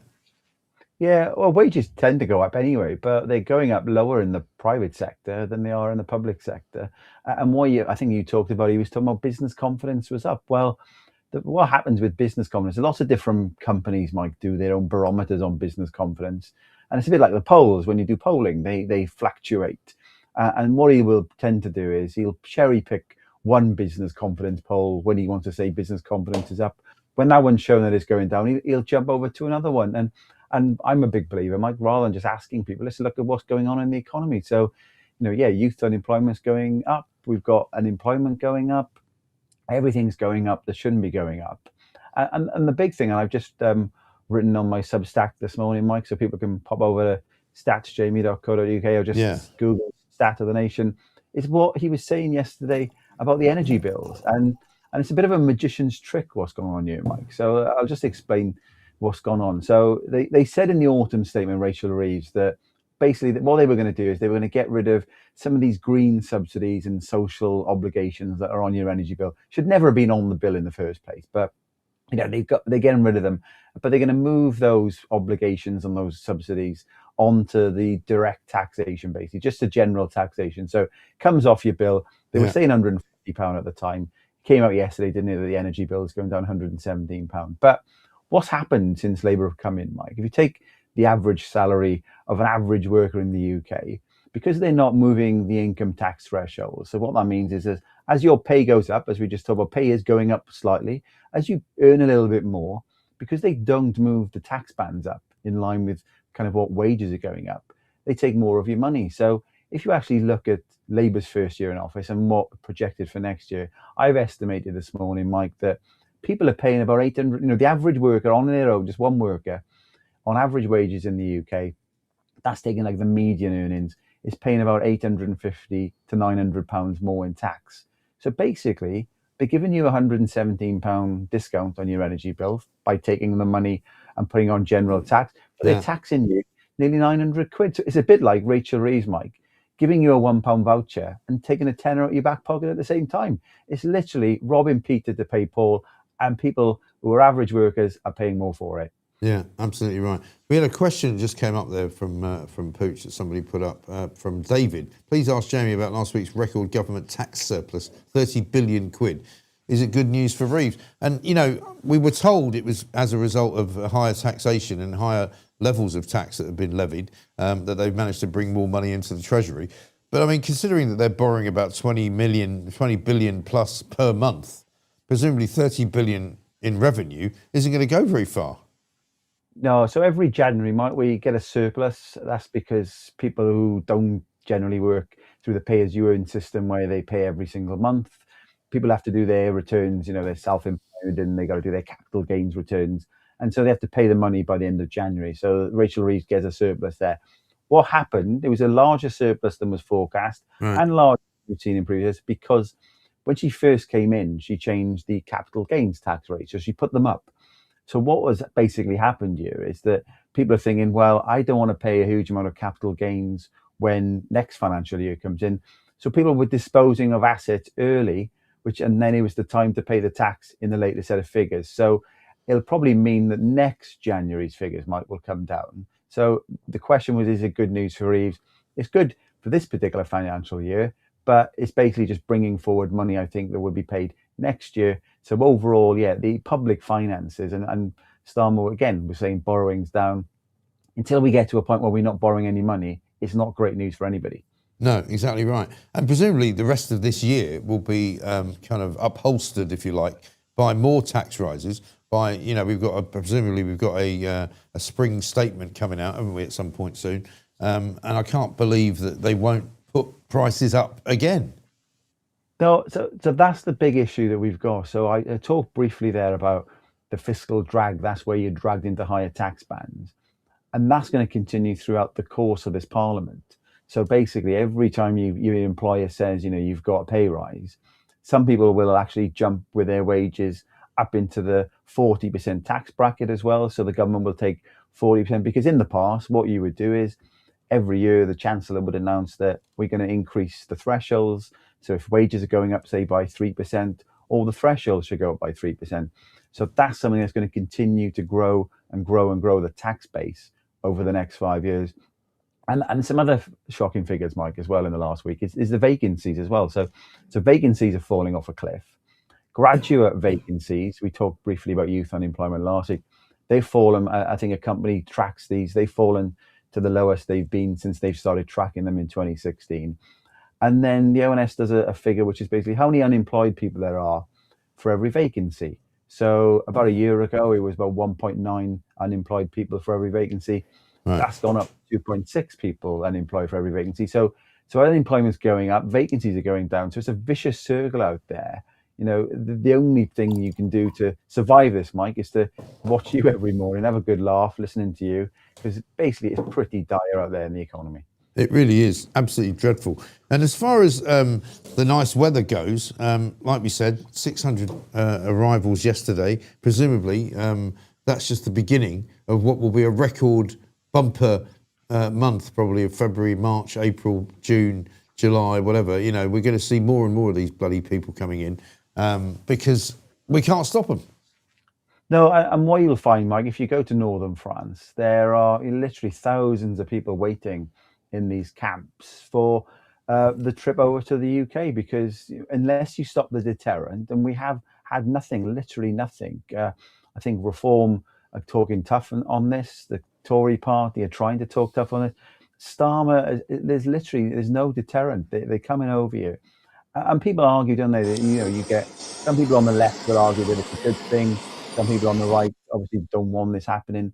But ultimately, Mike, you can't make any apology, and you've covered this in the past, that people are coming over, they're checking their documents into the sea, they're prepping in hotels, and then we hear the awful cases of where young women or young children are attacked or kind of sexually assaulted by some of these people who are coming over in small boat. And for me, one attack is one too many, because the Home Office, they say it in their annual statement, they're there to protect the border, to protect British people. And daily, you know, if another 500-600 people come over yesterday and continue, there'll be people in there who will be a danger to the public. And that is something that the government needs to prioritise, Mike. We've used sound bites far too long, Mike. This is going to continue. We'll probably end up with another 40,000 this year because there's no plan whatsoever. Yeah, absolutely right. Jamie Jenkins, thank you very much indeed. Tell us where we can find your Substack so we can direct everybody over there. Yeah, so get over, stick into Google Stat of the Nation or Stats, Jamie, and they can get all my kind of ramblings of what's going on. Like I say, my goal, Mike, is to just try and educate people, because if people don't know what's going on, things are getting worse and worse and worse. And yeah, they can pop over, get it for free, and then basically all these algorithms that these social media sites have, basically, and they can find me on Instagram, Facebook, X as well, Mike, and they can find all the interviews me and you do, and sharing your stuff as well. So pop Fantastic. over and get it for free. Great stuff. Jamie Jenkins, thank you very much indeed. Former statistician, of course, at the Office for National Statistics, and now a very important part of this show, but also a very important part of just life in general. Because Jamie brings us all sorts of really, really good information, good analysis. He cuts through all the crap as well of anything that you might be being told by this government, which turns out to be completely and utterly untrue. And he exposes it very, very well and brilliantly. Coming up, we're going to speak to Sharon Davis, who is, of course, now Dame, or Baroness Sharon Davis, we should say. Yet another member of the House of Lords that I've become very friendly with, which is rather good. Also, we had a couple of super chats, I think, did we not? Pooch, let's do those, if you don't mind. One from LTL. Will Starmer have the cheek to give the French another 700 million quid to stop the boats? I think everyone will lose the plot if he does. Great show. Well, he hasn't got 700 million to give away, has he? And what's the point of giving it to them? Because the last time he gave them 700 million quid, they didn't do anything. Mandy says this, can you post a link to Christian Drogan's page, please? It's really not easy to find. Great show, Mike. Yeah, we will. It's called Watchman. Is the name of the actual website. So if you just put Watchman into Google or put Watchman into Twitter, you will find it that way. This one from Sunshine Hawk. Please hit the like button to get the numbers higher this morning. Yeah, we've got 3.1 thousand likes so far. Let's get it to 5, and maybe I'll do something unusual. I don't know what. You can decide what you want me to do. If we get it to 5,000 likes, you tell me. Can you post a link? We've done that one. A couple of other super chats that have come in over the course of the last few days and weeks. Sheila basically said as well that she wanted me to recognise the fact that she was the one that sent in the Heron coasters. Thank you, Sheila, for doing that. That's very kind of you. Let's talk to Sharon Davis, though, because we've got a lot to discuss, not least what on earth is going on here in Westminster, because the government has made a complete rick, I would have to say, of pretty much everything. Sharon, very good morning to you. Good morning. How are you? I'm loving the flags behind you. How have you? Last time we spoke. Two. I apologise for having two, but the second one at the bottom is covering up all my son's modelling kit, right? So it didn't look like a super messy background. Yeah, listen, not a problem at all. Last time we spoke, you were about to be inducted, if that's the right word, into the House of Lords. You were about to have your sort of ceremony where they cloak you in the ermine and walk you through the chamber and all of that. How have you found it? How have you settled into the new role? Yeah, it's been a couple of months now, would you believe? I mean, that day was lovely. Yeah, that was January time. Wow. Well, no, you're right. It's a month, isn't it? It's a month. It feels longer. It was a lovely day. I mean, obviously, I have my friends, my family there. My dad is 90. He's still coaching. I think for him to see this sort of journey, from when he was speaking out about the East Germans and then not being picked as a British coach to me eventually being in here has been quite something for him. So he was very emotional, obviously, on that day, and my children were there as well. And yeah, so that was absolutely lovely. Thoroughly enjoyed it. I have to say the House of Lords, as you know, is very different from the House of Commons. Right. I mean, it's not the sort of snake pit that it is next door. And there's an awful lot of sort of cross-party common sense, right. And people that have had a whole career of being very successful in their industry, whether that is actually industry or whether it's medicine or whether it's sport or, whether it's social services or whatever it is, these people bring great wealth. And I have to say at the moment, I honestly believe there's never been more of a need for the House of Lords than there is right now to try to stop terrible legislation being put through. Right. And how have you found just the general kind of day-to-day ability for you to work in that environment? And because you'll have been in lots of very, very many different roles in your life as an athlete, and then as a sort of I don't want to use the word influencer, but as an opinionated person, as somebody who has become a campaigner for an awful lot of really, really good things. How easy are you finding it to kind of cut through and get things done? Yeah, absolutely. I mean, I'm still doing my work, obviously, with the Women's Sports Union. I'm still really passionate about making sure that fair sport is returned to, to all our girls at every level. But I mean, yeah, it's been a learning process. I mean, most Tuesdays there's a seminar for those new lords that are coming in, and there's quite a few because Labour has tried to push through a very large number, in the last 6 months. So there's quite a few of us that are doing those, which are like yesterday we were doing secondary legislation. I've got code of conduct one next week. There's a lot of information to take in, as well as just even learning your way around.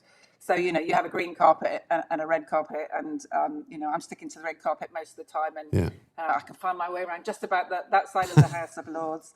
And it is really fascinating, but of course it's quite complex, and it's an old system, it's quite quirky. We have a green paper that we get at the beginning of the week. I thought I'd show one to you, and it's pretty much got everything on it that we're doing that week. So importantly, yesterday, the last bill that I was voting on before I came home was the police and crime bill. And it was talking about making sure that fly tippers are the ones that are actually responsible, for the cost of removing the fly tipping rather than the landowner. And I don't know if you remember recently, there was a farmer that ended up with a £40,000 bill because all these fly tippers had just dumped all this stuff on his land. And that can't be right, can it? These people are breaking the law, and then this poor farmer's responsible for removing it. So that was one of the things that we were voting on last night, which was obviously against the government, right? So we're trying to say, no, the fly tippers are the one that should have to pay to have this stuff removed. We need to catch them. And you feel like you are trying to do something, positive, but it's a big, steep learning curve. Yeah.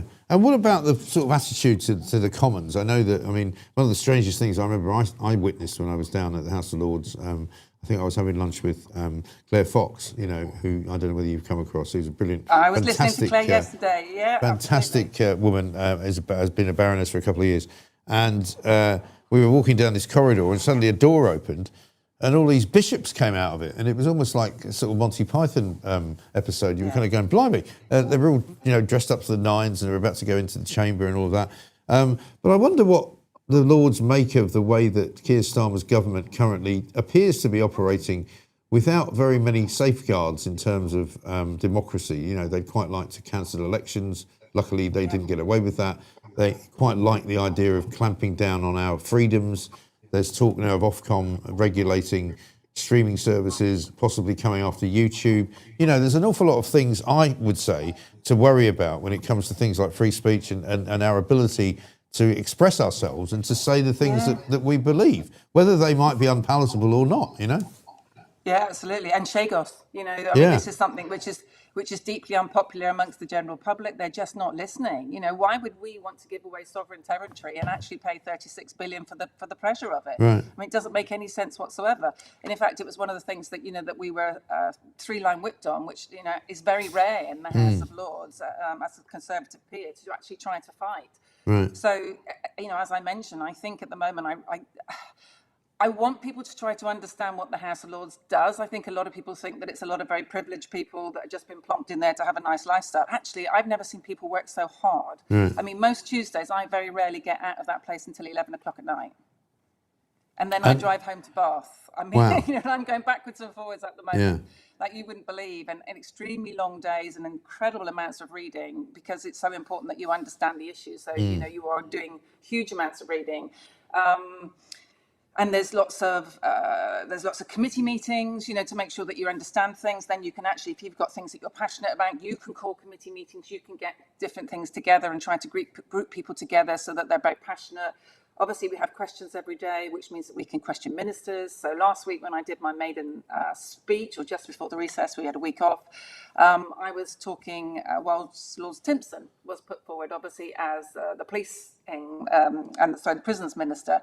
And that was really fascinating, and there was so much cooperation across the House into how do we make prisons better. This isn't about just how do we punish people. This was how do we try to stop 60% of reoffending. And I spent a lot of time talking about women's prisons. Good question for you, right? I'm going to ask you, good knowledge. Right. What do you think the average amount of time is that a woman spends in prison? Bearing in mind that there's 88,000 people in prison in the UK and only 8,000 are women. And we have very few prisons. What do you think the average amount of time that a woman is that she spends in prison? I'm going to think it's quite short, like sort of 3 to 6 months. There you go. It's 42 days. Is it? Yeah. Wow. So it's just enough time for someone to lose their home, lose their children, lose their job. Yeah. And and most of these people are not in there for violent crimes, and a lot of them have drug issues and alcohol issues. And I spent quite a lot of time talking to the governess of Gloucester Women's Prison, Right. and she said, even if they're there for say grievous bodily harm, most of the time it was because they were drunk and they hit a policeman in the face whilst they were trying to be arrested, and accidentally with an elbow.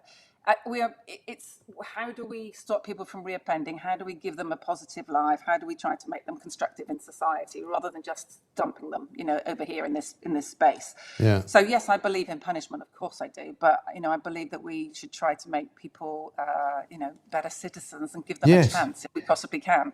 Oh, totally, yeah. And the same goes for the men's side as well, because I think there's an awful lot of. There's so much to do, isn't there? I mean, because when you look at the justice system altogether in the round, and you go, it's ridiculous. I know people who have been in trouble with the law, and they tell me their story, and it's like, and you say, well, when's the trial? Next February. And you go, what? Yeah. For something relatively minor, And I know that I remember doing a story on this when I was still in newspapers, which is 20 years ago probably. An awful lot of the women who were in prison were locked up for not paying their council tax and stuff like that. And you're kind of going, yes, like you, I believe in punishing people, and you've got to, and you've got to have a system, and you've got to have, crime, and you've got to have punishment. But it's just all to cock, isn't it? It doesn't seem to. It's like somebody's just thrown it all up in the air, and nobody's really watching what's happening. Yeah.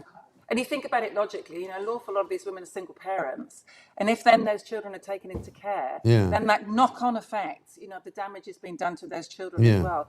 I mean, I found out that there was a mentoring program for the men's, which actually the FA had been involved with, which is fantastic. Of course it is. But there hadn't been anything for the women. Yeah. And they've got this idea of trying to bring iPads into the cells in the evening so that mums can read stories to their kids before they go to bed, so that they can maintain that contact. But if, for example, you were put on remand and you live in Cornwall, your closest prison would be Gloucester. So therefore, for any member of your family to come visit you would be over £100, which would be more than your weekly, money for food. So then, because we don't have many women's prisons, we have these community centres, and I think we could probably have more of those so that we could try to keep families a little bit closer together. So there's loads of things that I'm learning and loads of things that I'm passionate about, that I want to try to do, as well as all the obvious space, like, women's sport, but health and fitness and children's health and fitness and resilience, all the things that I've had in my life that, hopefully is what the little bit of experience I bring into the house. But you're also a great example, Sharon, aren't you, of somebody who has strived to be the best that you can be in a particular arena, in sport, obviously for you, but you've also used that and become now a really seriously important person, I think, in this country for all sorts of reasons. And you get an awful lot of respect on this channel from people who say, thank God for somebody like Sharon Davis. She's passionate. She loves what she does. She's interested in changing things and making a difference. And I just wonder how we make more people like you, out of the ordinary people of this country. Thank you. I'm not sure that I'm particularly special. I think there's lots of people that feel really passionate. You are. No, you are special. Trust me. Yeah, but I think there's loads, and I see loads of them every day. Actually, when I'm in there, I see lots of incredible people, and actually dealing with Kemi. Funnily enough, I don't know if I said this to you before, but when Kemi actually rang me up in the summer and said, do you want to do this? Is this something that you would be interested in doing? And I had to get her to explain to me what it really meant and, what commitment was involved. And the first thing I said was, I won't lie. Is that okay? I said, yes. I said, so if you need me to lie, I said, you probably should ask somebody else. Right. And she said to me, no, that's what I want. So, a credit to her as well. I think I've got quite a lot of faith in her. There's a huge amount of changing that needs to go on. But there's a lot of great people in there. And there's a lot of great information and a huge amount of talent and wealth.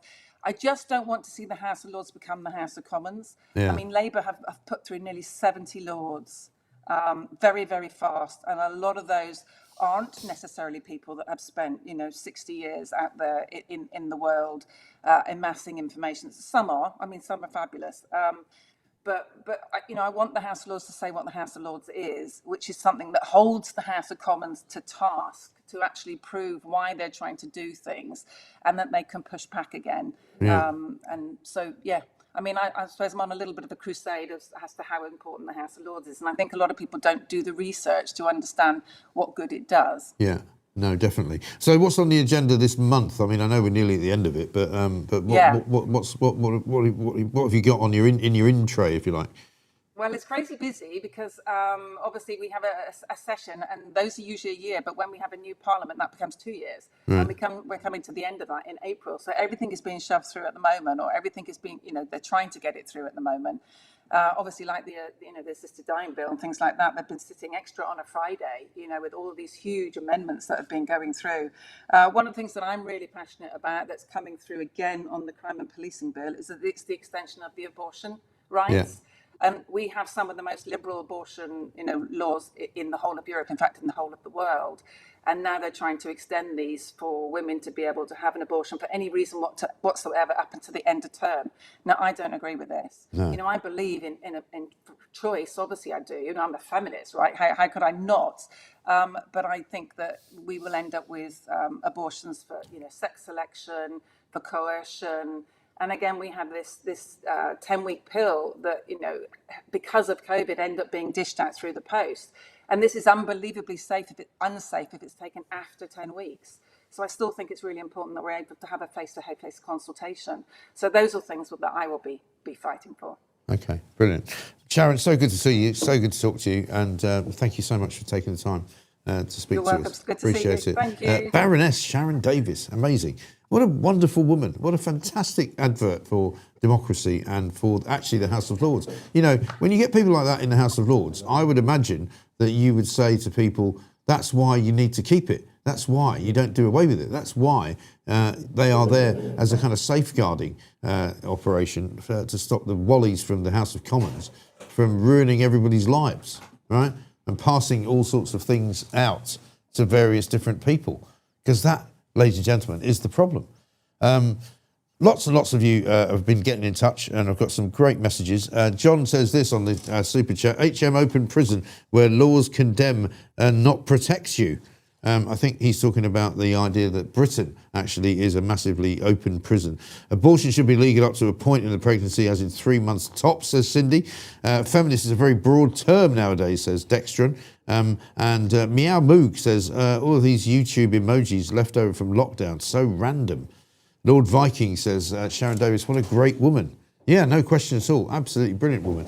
Fantastic. Coming up, we're going to be talking to another person from the House of Lords, Lord Kempsall, who, when I last saw him, wasn't a Lord. But there we are. That's just the way things go, right? What's the problem? We'll be talking to him about the Chagos Islands and the reversal, it would seem to me, that this government has been operating on for the previous sort of few weeks. They don't seem to know which end is up anymore. And now they're frightened and running scared from Donald Trump's suggestion that it would be absolute madness and stupidity to give the Chagos Islands away. First, though, Adam Cherry, I think, is here from Guido. Is Adam here? Yeah.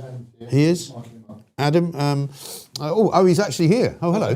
How are you doing? Sorry, I didn't see you coming in there. Adam's been talking about, because one of the things we talked about a little bit earlier was the fact that, this morning we were told by Ofcom that from 7 o'clock in the morning, you're not allowed to talk. You're not allowed to talk about the Gorton and Denton by-election because that might influence the way people would vote.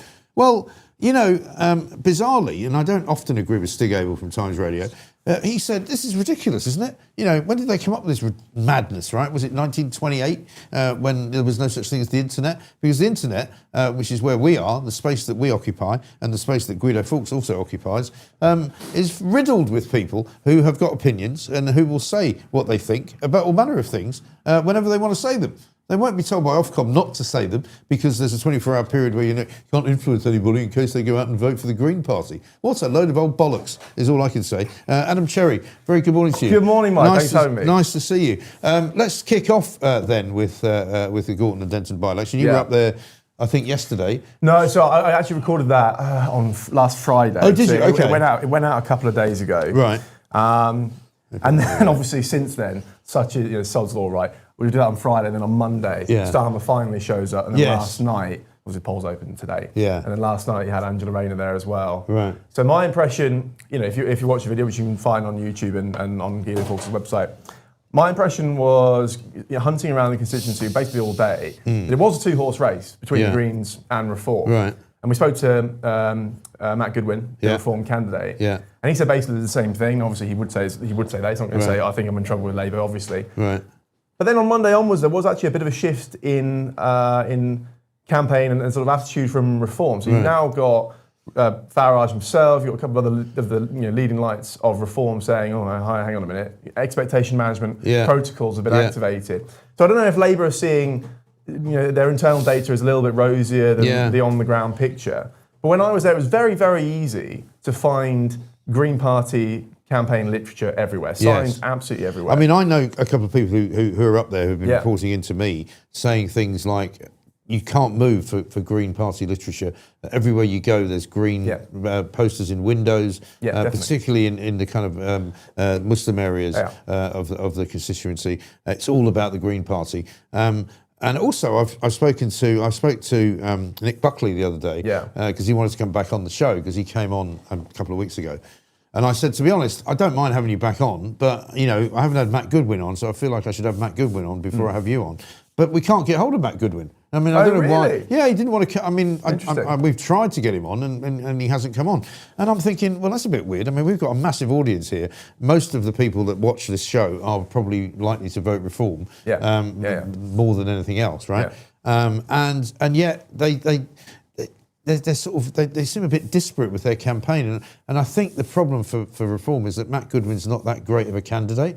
And I think Reform sort of en masse have gone up there today to be out there sort of banging on doors and getting the vote out, But I think you're right. I mean, it looks like the Greens are kind of in pole position, doesn't it? Yeah, I mean, I spoke to Labour activists who didn't want to appear on camera, fine. But I said, well, what's the ground game like? What are you hearing? What are you doing about this? And they all said, actually, if you look at the data, blah, blah, blah, fine. The undecideds, they hope, are going to swing back home and go back to Labour. And the way they're going to do that is, or the way Labour are going to try and engineer that is by relying on Andy Burnham, who obviously Mayor of Greater Manchester, greater context being that he was supposed to, or tried to get that seat, forced out, so on. So they're relying on him to enter the surgeries in small groups of 12, 15 voters and make the pitch. So he's kind of the de facto head of this campaign, even if he's not on the ballot. And obviously it's a win-win for him, really. Because their candidate's a bit odd, isn't she? She's like Greek or something? Yeah, so we did we posted a story last week. I'd like to reshare it and hope it gets a bit more attention. It's interesting. She was in Hustings and the question was asked, do you support the Supreme Court notion on single-sex basis, which obviously sex means biological sex. She didn't raise her hand, so she's very wishy-washy on those issues, which I thought was interesting. Not enough people I think noticed that. So he's the de facto head of this campaign, and if they lose, he gets to say, well, look, should have been me, shouldn't it? Told you so. And if they win, he gets the lion's share of the credit. I mean, I said this at the time, and I said to Kelvin McKenzie, who was here yesterday, Andy Burnham, probably amongst everyone, sort of heaved a huge sigh of relief when he was blocked from becoming the candidate, because there was a no-win situation there, because if he'd won the seat, he would have no longer had the kind of the kudos of being Mayor of Manchester. And if he'd lost it, he would have had no job at all. Because he wouldn't be able to be Mayor of Manchester either. Correct. He's really tried to cultivate this Manchester Labour brand, which is what the activists said. They didn't attribute it to him specifically, but who else is there? So they're saying the Manchester Labour is very strong, implicitly saying it's distinct from the Westminster car crash. So they hope that he will that his sort of magical powers will rub off on the campaign, and then at the 11th hour, these undecideds and some postal votes come in, and Labour can swing it. But like I have to say, I went up there. A lot of journalists have been up there.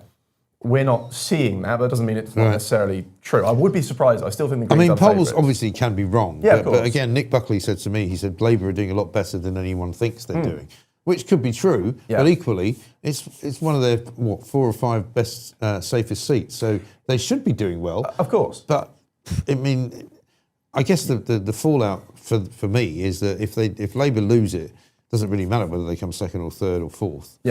They've lost one of their safest seats. And you can't really see them doing any other than that. No, I mean, it just proves that there is no such thing as a Labour safe seat anymore, whatever the result really. And, they won 50% of the vote, more than that in 2024, so 18 months ago. And the previous incarnations of the seat, boundary changes and so on, they've been there for generations. So if they can't win there, what are they doing? But it does happen. I mean, I saw it happening in Scotland. You know, years ago, I used to work up there for the Mirror, and Glasgow, you would have said, will be Labour for the rest of its, you know, eternity. But suddenly, even though it was such a safe seat, you know, let's not forget. I mean, even in Gordon Brown's time, the Labour government would always imagine that they would get about 48 to 50 Scottish seats, right? And then they lost them all to the SNP because in the end, what happened was that they didn't do anything for the people. You know, the poorest parts of Glasgow were still the poorest parts of Glasgow, despite decades of Labour government. Yeah. You know, George Robertson, who ended up running NATO, you know, was the MP for Grangemouth, you know, which was where the big, you know, petrochemical company was and all that. And he did great things for them. But even he lost his seat in the end because people were like, well, what have you done for me lately? Of course. The other thing about by-elections is they can produce quirky results because you can punish the government voting for the other guy without actually changing the government. So, so it's like a slap on the wrist, get your act together. Now, you know, it might be different this time. Certainly looks like all the winds are pointing in a different direction. But that certainly, you know, doesn't help Labour either, even if we're in the land of milk and honey, which we're not. Then if Hannah Spencer, who is the Green candidate, can be elected in this seat, you have to wonder what the hell is going to happen in the next 3 years, because she's hopeless. I mean, useless and completely and utterly a sort of sham candidate. And yet, if she wins, it will mean that they could literally you can put that plant up as a Green candidate and it would get in. Yeah, to be fair, that's been the case in Westminster for quite some time, hasn't it? It's like, here's another one. We report on these wrong ones all day long. Yeah. I mean, but she is particularly bad, though, isn't she? I mean, well, the Green campaign there is sectarian, right? So they're campaigning for the Muslim vote. I mean, we did a video that got... the Urdu one, Urdu video that got, what, 3 million views, I think? And then they did one in Bangor, because I put a rather rude tweet out about Zach Polanski, which involved quite a few swear words. And he sort of came back with, oh, wait till you see the Bangla version. Yeah, I know. And I'm like, what? What is going on? Yeah, and you see that the seat is so odd. Journalists have been reporting on this for some time, but to see it in person, it is a sort of Frankenstein seat of two halves. Gorton, high Muslim population. Denton, very high white working class. And it's like, you know, two universities apart when you speak to them, what they care about. You know, obviously, one side Gaza, the other immigration.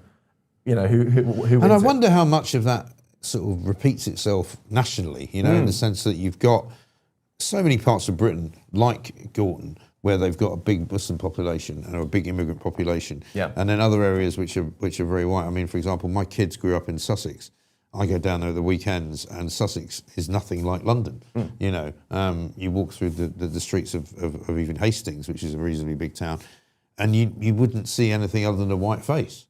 For hours, you know. And yet in London, you know, I could walk around parts of London and not see anybody white for hours as well. You know. Yeah, I mean, the integration issues are serious, because why are they campaigning in Urdu and Bangla? Right.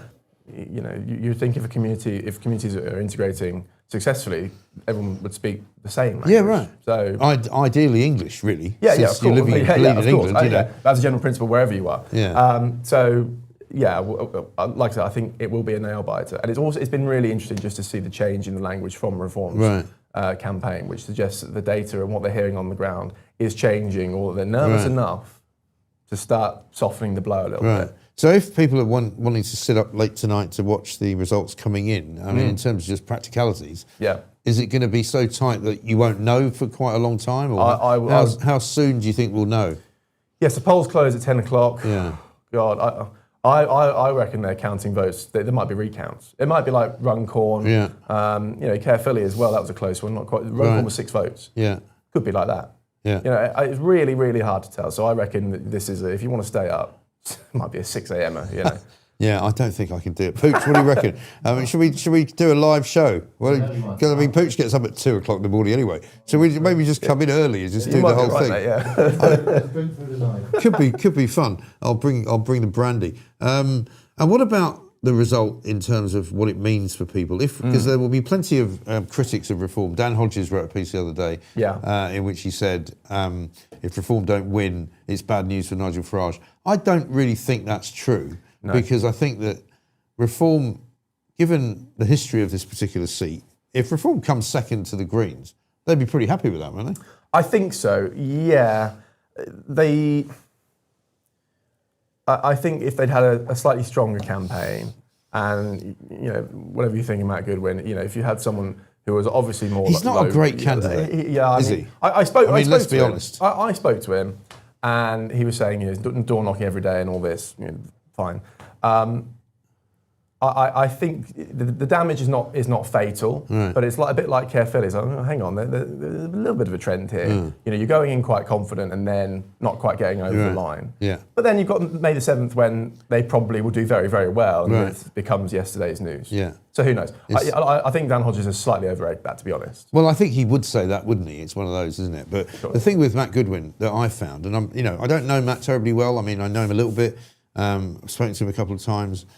But, for me, when he did that thing on the top of the bus, where he went, Keir Starmer talks like a robot, and you go, well, so do you. That's not really a very good line of attack if you also talk like a robot. If you're going to do that, you've got to have the charisma of like a Barack Obama or something. You've got to be Nigel Farage. Or a Farage. Yeah, exactly. Yeah. You can't go, you're a bit wooden. Yeah, well, so are you. Yeah. You know what I mean? And also, where was that bus going? Because it looked like he was driving around his campaign area, which is an industrial estate. I don't know. If you're going to do that, it's got to be razzmatazz and fireworks. Yeah. Wasn't quite that. And I think but I mean, again, this is the problem Reform's going to have, isn't it? Because they'll always be looking for candidates who are, 1, charismatic, 2, capable, 3, not nutters, 4, hadn't been members of the BNP, all of those things that they have to be really, really careful about. And I can't imagine how they can find, which they will have to do, obviously, before the next general election, hundreds of these people. They've got to find 650 odd people. Actually, it's more than that, because if they win and they get into government, because of the makeup of the House of Lords, they have no peers. Right. So there's another unspoken issue. I mean, last time I was down at their HQ, which was some months ago, they had this big whiteboard up there, which had a number on it for the number of councillors they had to find. It was something like 5,500 councillors. And you're kind of going, it's not even possible to vet all of those people. You're bound to get people who are going to be, wrong-uns, crazies, nutters, And you get that. You do get that. Also, I mean, he will say, to be fair to him, that happens across all the other parties. But unfortunately for Reform, they get more scrutiny. That's the way it is. Deal with the card as it dealt.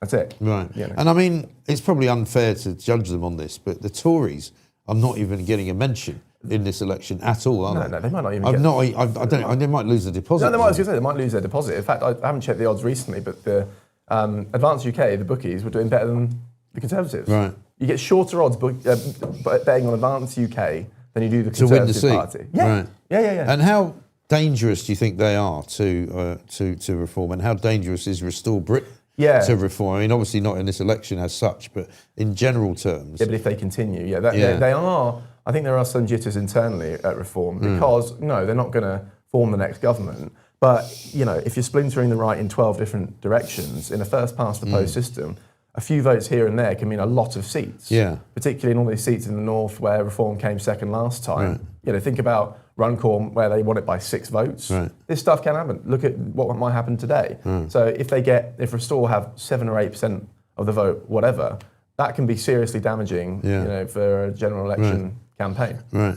And I mean, as far as the future of Rupert Lowe is concerned, he's being treated by his fans as kind of, messiah figure, messianic kind of, character who's got all the great ideas, he should be Prime Minister, but I mean, I don't see it really. I just don't see him becoming anything other than a bit of a pain in the arse, really, to Reform. I think if you care about ideas, right, so if you're principled about right-wing politics, which he and everyone else in these parties would say they are, well, then this is not the correct strategy. I think egos are involved.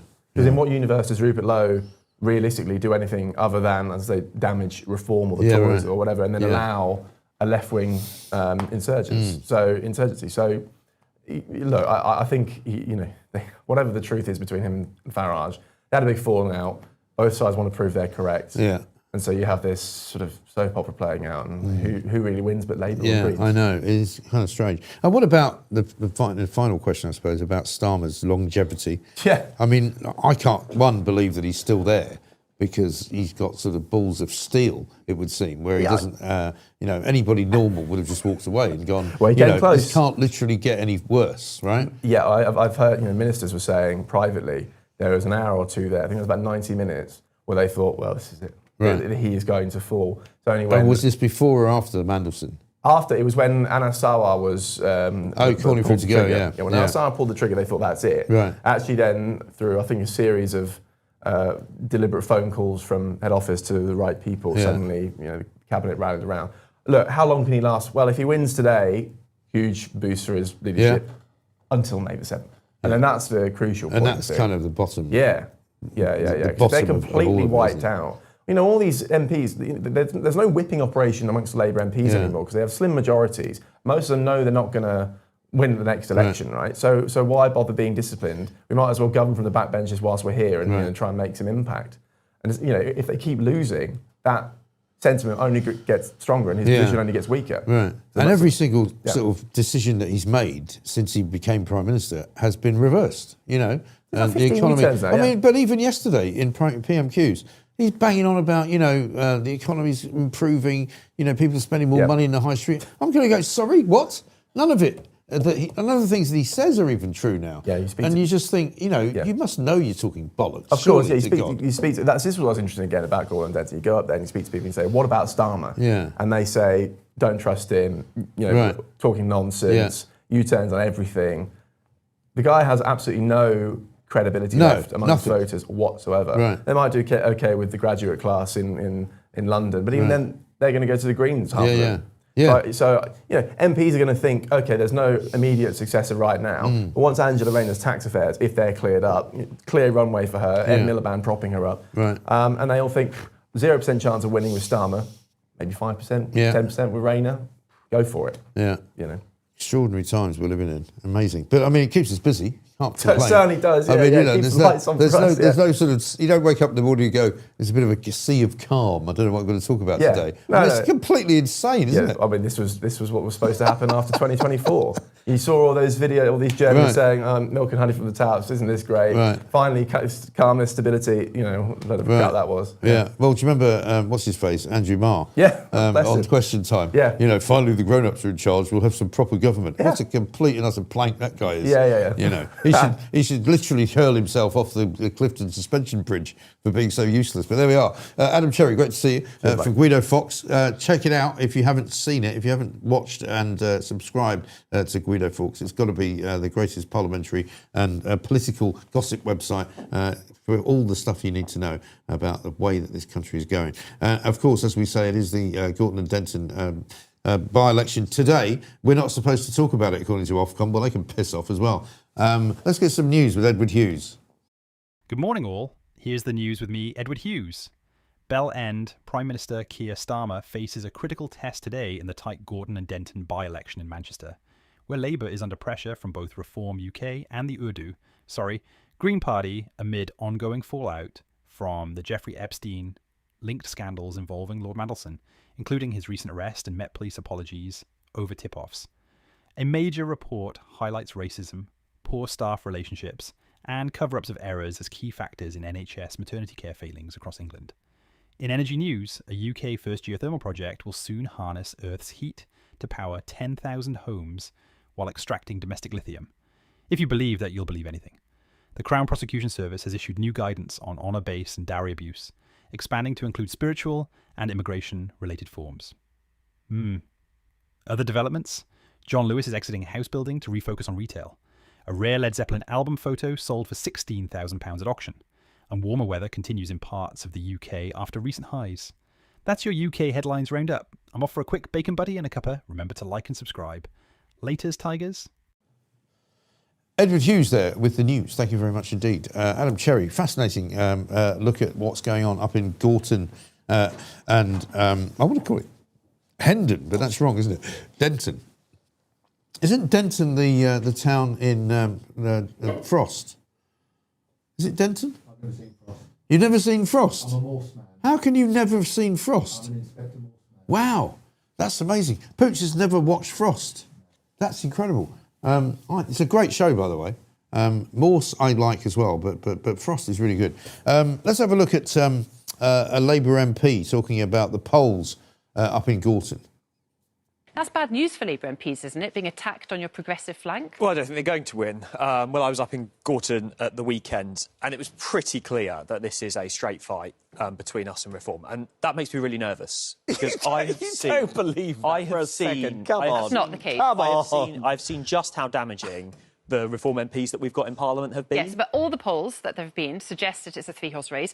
MPs, including Labour MPs, tell me that it's a three-horse race, and they're most worried that Labour MPs are potentially going to have to face up to a Green challenge, and for the first time in seats like yours, in urban seats, feel the pressure from the Green Party or the progressive flank that they've never felt before. Don't you feel that? It's really not a laughing matter because I've seen just how damaging these Reform MPs have been in That's Parliament. not the point I made. The polls all show it's a three-horse. But it doesn't say it's a straight fight. I'll answer you the polling question in a minute, but I will just say that I'm so scared of a repeat of what we saw in Runcorn. And enough voters going to the Greens that it means that we have another Reform MP causing damage in Parliament. Now, when it comes to the opinion polls, you know as well as I do, and I think we were talking about it just there, Ruth. Opinion polling in constituency, I used to run these polls, is incredibly difficult and not very accurate. When I was there on the ground at the weekend, what I saw were lots of voters coming towards the Labour Party, realising this is one of the safest. What I love is an ex-senior polling person saying that the polls that are carried out are completely useless, and a bit of anecdotal evidence on the doorstep is somehow more scientific and more valuable. Chris, go away, take a deep breath and come back to me in a minute. Constituency polls have a historical record of not being particularly and therefore you banging on a few doors is more scientific. Ruth, I need to... Yes. I'm not even sure who that is, right? He's a Labour MP, apparently. Chris Curtis, I don't know who he represents, but, no doubt somebody will tell me. But, here's a guy who goes, I used to conduct some of these polls and they basically are not worth the paper they're written on. Useless, hopeless. I wouldn't believe them. Really? Well, why do it then? And he had another go at Reform, of course. As you heard from Adam Cherry there at Guido Fawkes, there's no doubt that this is probably a race between the Greens and the Reform Party, and Labour probably won't have a look in, but we'll see. Let's have a look at some comments, shall we, before we do Plate of the Day. I've reported that plate to Ofcom, says Narky Spark. What, the one of old Harry and Meghan over there? No, over there. That way. Why can I never get this right? Over there you go, there. Somebody very kindly sent it in. I'm not actually sure whether we acknowledged who it was. The blue clock needs a battery, says Mark. No shit, Sherlock. I love that Harry and Meghan plate. You should feed Ziggy off it. Cover her face in dog food. I mean, there are many things that you could do with that particular piece of information, but I'm not going to go there. Energy bills apparently are coming down. That's one of the things the government have said that they're doing for you. £117 cheaper is what your electricity bill is going to be come April. Well, I don't give a toss because, frankly, it's less than £10 a week. £10 a month that they're going to supposedly save you. So you're hardly going to go out and, splash out on a bottle of champagne, are you? And go, isn't it great? I've saved £9 today. No. Frost was very, very good, says Ornamental Owl. Yeah, Frost is. It's still on. You can still get it, by the way, on X, which is the only thing I watch now. I don't watch any live television, really. But if you go on X, ITVX, I think it's called, you see all sorts of really, really good shows like Midsummer Murders and all that. Keep liking. Hopefully it's 5,000 will come in and you can smash the plate. Should we smash? No, we shouldn't smash the plate, should we? No, Pooch likes the plate. We're not smashing the plate. Maybe we smash something else. I don't know. Maybe you give me some... No, don't give me any ideas about that. How about this? Dog food, once it's been processed through Ziggy's digestive system. Yeah, oh my God. Poor Ziggy. I'm going to find out, I'll get an update later on about his paw. My paw is a lot better today. I told you the story, right? You're supposed to go to get some antibiotics from the pharmacy. I mentioned this in the first hour, I think. And so I went and did my duty, went to the pharmacy. The woman behind the cash till said, I said, can I see the pharmacist? And she said, why? I said, well, I've got this finger, which is a bit, infected. And I just wondered if I could get some antibiotics. And she looked at it and she went, how long has it been like that for? And I said, well, a couple of days. She went, right, it's probably better if you see the pharmacist. I said, yep, that's why I came in, to see the pharmacist. Well, would you mind sitting down over there? So I went over there, but I didn't sit down because I was like, I didn't want to sit down. And I was in two minds. Because you know how you go, I can't be arsed with this. And frankly, I'm quite annoyed already that I've had to wait, because there were sort of 2 or 3 people standing around, and I'd said to both of them, "Are you waiting to see the pharmacist?" And they'd said yes. And in fact, what they meant was they'd come in to get a prescription filled, and they were waiting for their prescription. Because this place, I kid you not, it's in East London near Bermondsey Station, is literally riddled with people who are taking out bags and bags and bags of free prescriptions, because they're all, relatively poor, I assume. Anyway, so I stand there for a bit, and I'm sort of going, because Pooch and I are the same. I don't want to get involved in a fight with anyone. I don't want to shout at anyone. But you start to feel yourself getting wound up. You're kind of going, and my fingers like throbbing because it was quite sore. And then suddenly the pharmacist sort of shouts across, "Yes, sir. I'll see you now." So I go, "All right." Go over there, show him my finger, which was really swollen at that point, and it was covered in a sort of yellow pus around my nail. Sorry to say that on this time in the morning. And I showed it to her, and she went, "How long have you had it like this?" I said, "Well, a couple of days." I said, I said, "I've had it before. It's a sort of hangnail problem, really." I said, "Basically, it's just become infected because I didn't, I didn't expect it to do this, but I didn't know how to stop it. When I woke up this morning, it was just, quite swollen and quite sore." And she went, "Well, you probably need antibiotics." I said, "Yep, that's why I've come in." And she said, "Well, I can't give them to you." And I was like, "Oh." I said, "I thought that you were now empowered as a pharmacist to do things that doctors normally would do." And she said, "Yeah, I think you should see the doctor." I said, "Well, I haven't really got a lot of time."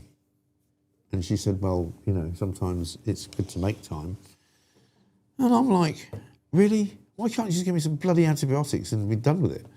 But she wouldn't. She was like, I said, "I thought the whole point of the new rules in the NHS was that pharmacists were supposed to be able to now take some of the weight off the doctor's surgery by giving you things that you didn't have to go to the doctor to get." And she looked at me like I was talking Japanese, And I said, "Can't you just do this for me? And then that way everybody's happy. I don't have to worry about going to the doctor. I don't have to sit in a waiting room. I don't have to queue up on the phone. I don't have to, clog up the system. You could just give me what I want and I can walk away and everybody's happy." And she went, "No, you've got to go to the doctor." And I was like, "Oh, for fuck's sake." And anyway, so I didn't go to the doctor because I couldn't be asked. And I thought to myself, if I wake up this morning and it's still bad, I'll go to the private clinic, which is not far from London Bridge, because I thought I'll do that and that'll be fine. But what I did do was I discovered that I brought home from America, because America is so much more advanced than we are medically.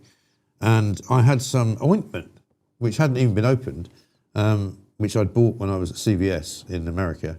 Mike's on a meltdown. I haven't even started yet. No, this is just me telling a story. I'll tell you, I'll do the meltdown in a minute. And I bought this, or my sister bought it for me, bacterial antibiotic ointment. So I thought, "Oh, that's good. I'll maybe try putting that on." So I was a bit knackered as well, because I've been out for lunch with my son and his mother. So I put it a bit on my finger and went to sleep and woke up, and I could feel that it had gone down a bit, and I thought, "This is great."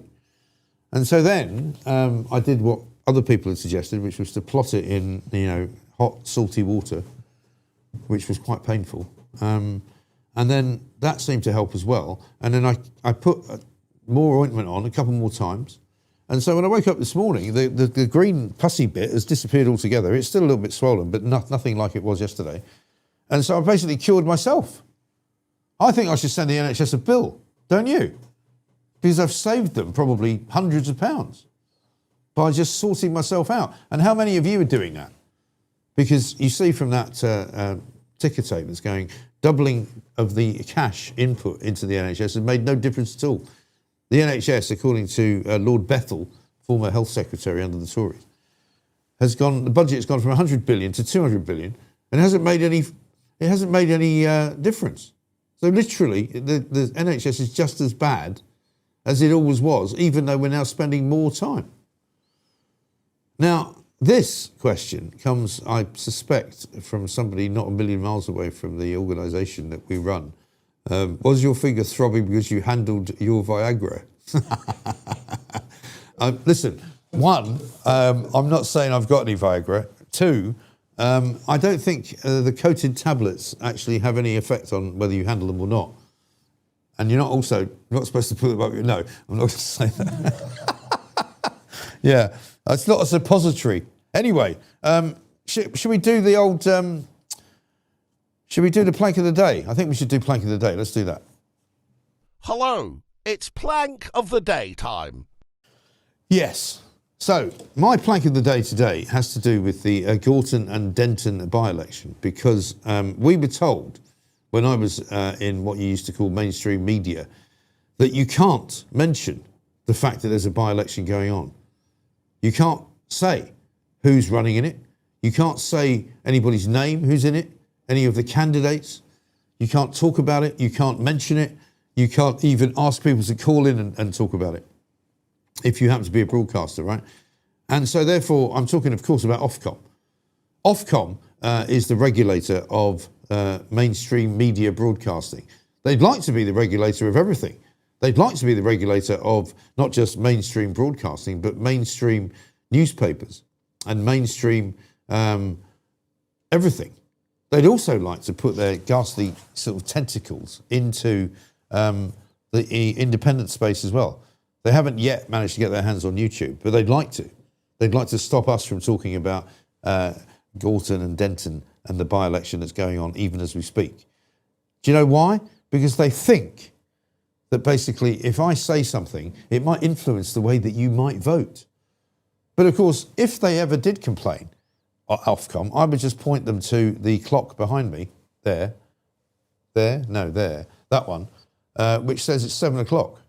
Which means technically I'm still allowed to talk about the Gorton and Denton by-election, because it was only after 7 when the polls opened, you're not supposed to talk about it. But how ludicrous, right, is a system which was invented clearly in the last century to cover all manner of what you might call biases and all manner of prejudices.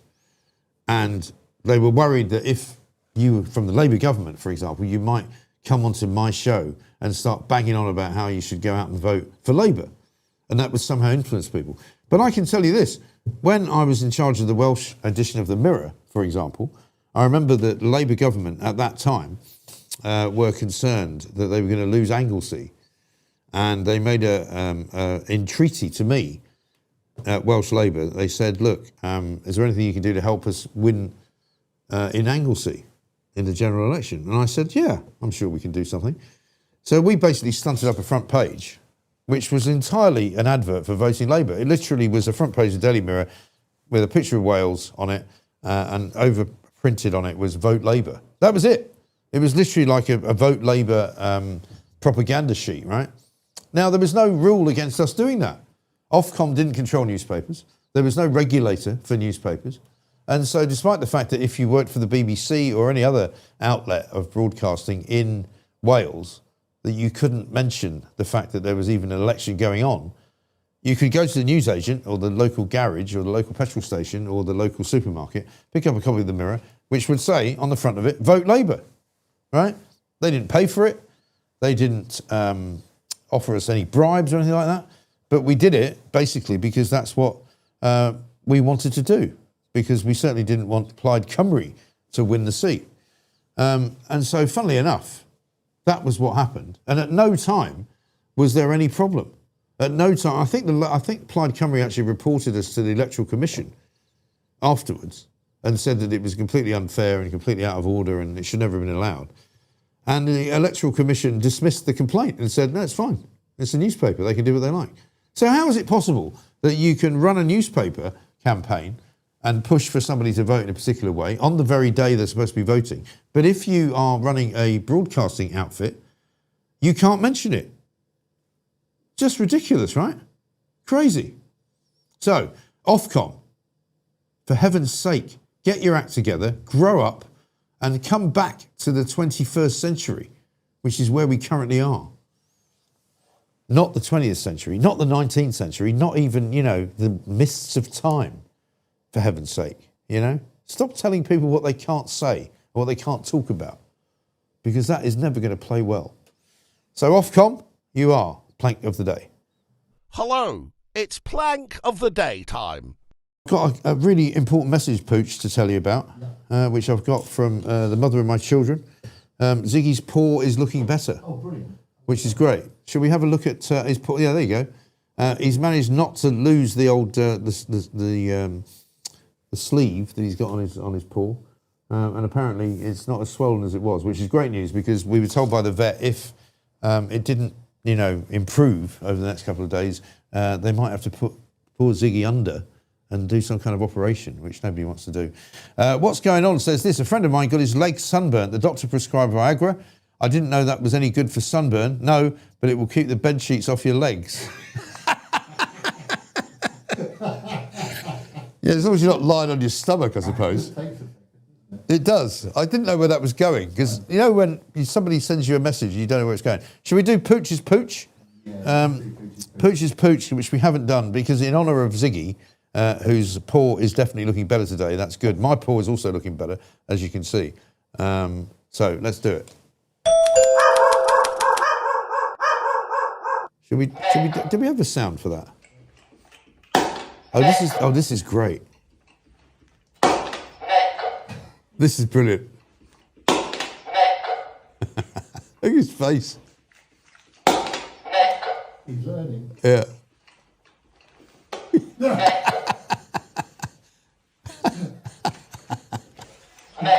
Tremendous. Fantastic. Can they hear me? Yeah. So he's learned if he puts his paw on the thing. Now look, how about this one, right? He learns from the other one as well.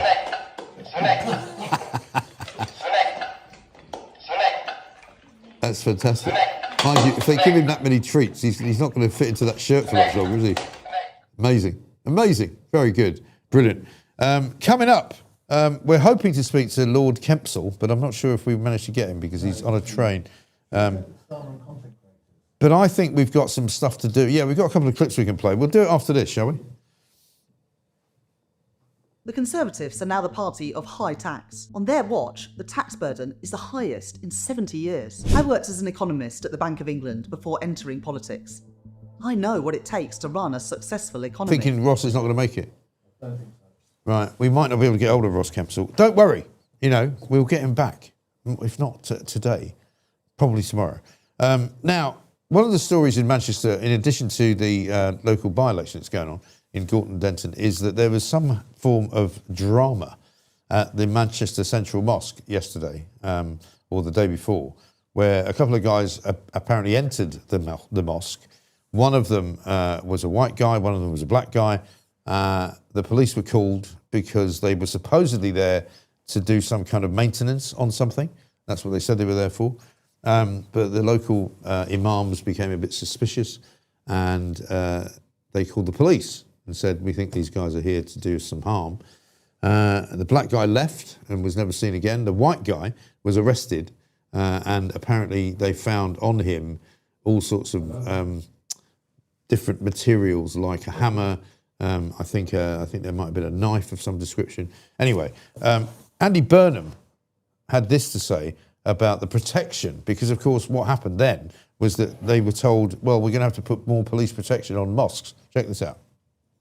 We firstly would want to thank all of our colleagues at GMP for the action that they've taken both last night and today to provide reassurance here at the mosque, and of course to ensure that this incident is investigated fully and thoroughly.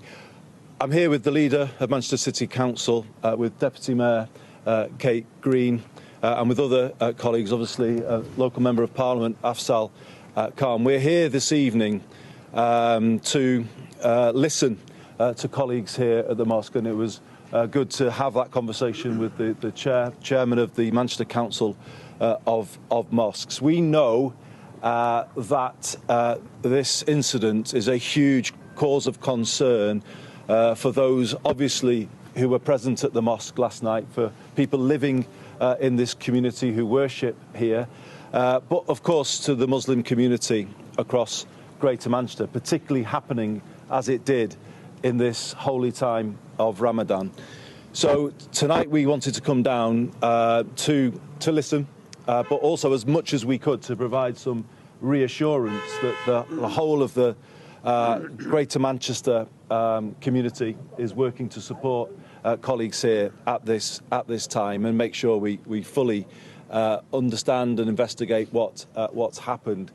I think the main thing is when we think about people about to break the fast this evening in different parts of Greater Manchester, and with the concern people have about rising hate crime more generally, the really important thing is that we are able to provide as much reassurance to people as possible.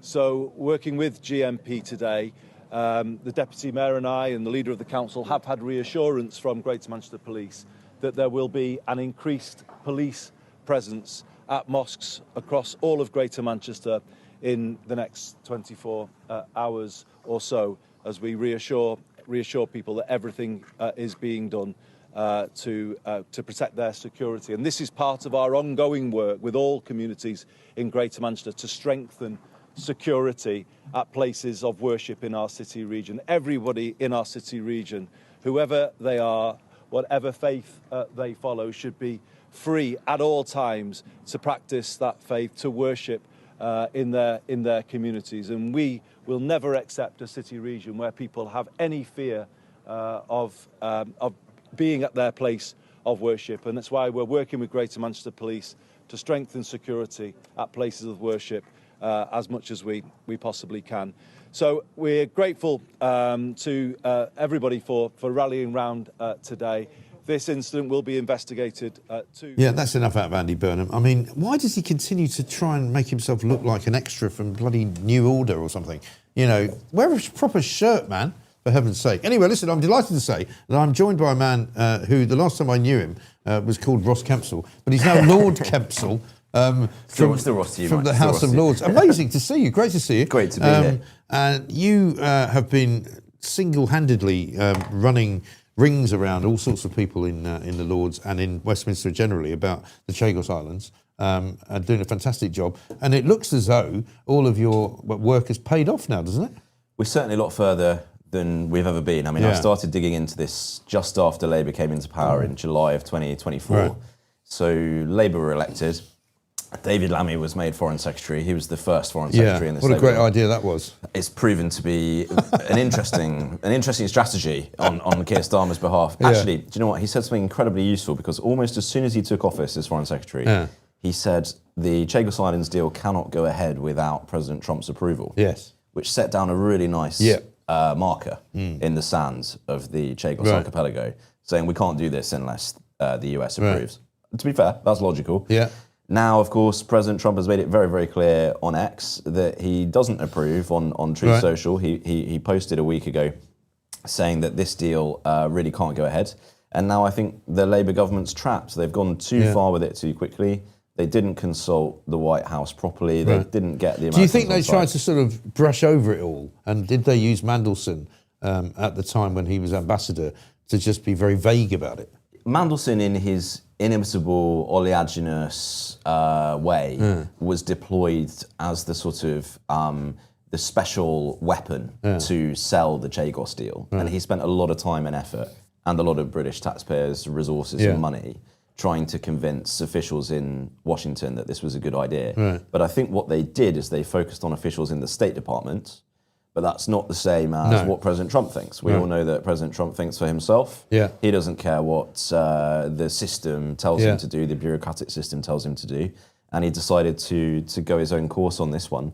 I think it's on pause. I think it's on ice. I don't think it's completely out of the in tray of Keir Starmer. If he can bring it back, he's going to try and bring it back. But currently in Parliament, it's outside Parliament. We've been waiting for 3 weeks to see whether it will come back. Labour ministers haven't brought it back. Hamish Faulkner, the Foreign Office Minister, said yesterday in the House of Commons, I think he misspoke, or that's what his Labour colleagues say, but he said it was on pause.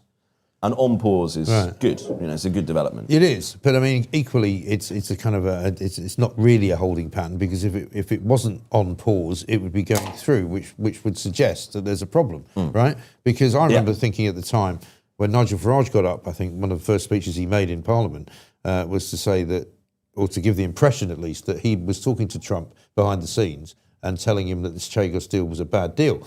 And I, for all intents and purposes, thought then it's not going to happen because Farage is clearly, working the back channels. He's clearly a friend of Trump's. He will make this stop. But then again, so when it kind of looked as though Trump was in favour of it and it was all going ahead, I was a bit puzzled. I thought, well, how has that happened? I was puzzled as well because I was hearing the same kind of things that President Trump didn't think this deal was a good idea.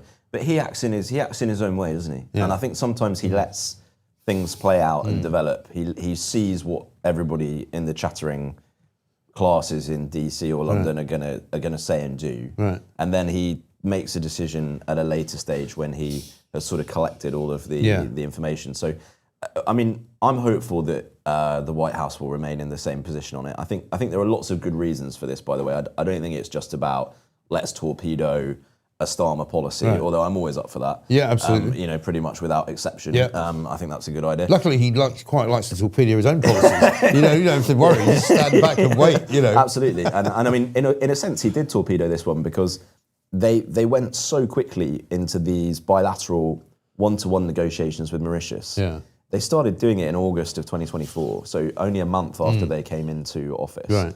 It's very odd to be top of the agenda. I mean, the country's got a lot of things that it needs to solve. But when you see people like Felipe Sands, that guy who was the lawyer who operated for the Mauritians and pocketed the best part of 8.4 million, him and his law firm. When you see some of the things that he said, and he was on Times Radio the other day talking about how it's basically a done deal. There's nothing that can stop it now, and it doesn't matter what anybody says. It's already going to go through. But he's also been quoted as saying things like, I don't think we should all have passports. I don't think there should be any borders. I think that we should all be citizens of the world. You go, what the hell are you talking about, man? It's a view. It's a worldview. It's not a worldview that everybody shares, that's for sure. Outside of, sort of Doughty Street, nobody shares that view, do they? The interesting thing about the sort of the strategy here on those who have really tried to push the deal is they are going around saying it's a done deal because this deal has been signed bilaterally between Mauritius and the UK, but it hasn't been ratified in Parliament. So there's two processes.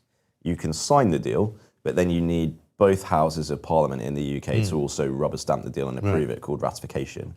And at the moment, we're in the middle of those two. So it hasn't actually gone all the way through the UK Parliament, and the government at the moment doesn't have the confidence to bring it back in because it thinks at the moment it's going to get shot down in the House of Lords.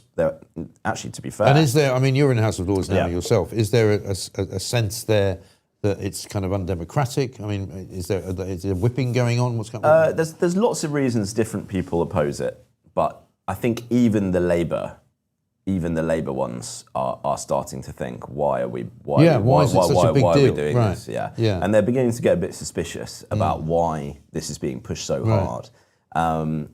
It is confusing because why would you want to go out there and sell a policy that's going to cost British taxpayers tens of billions of pounds at the moment for no benefit to essentially lease a joint military base that we already own?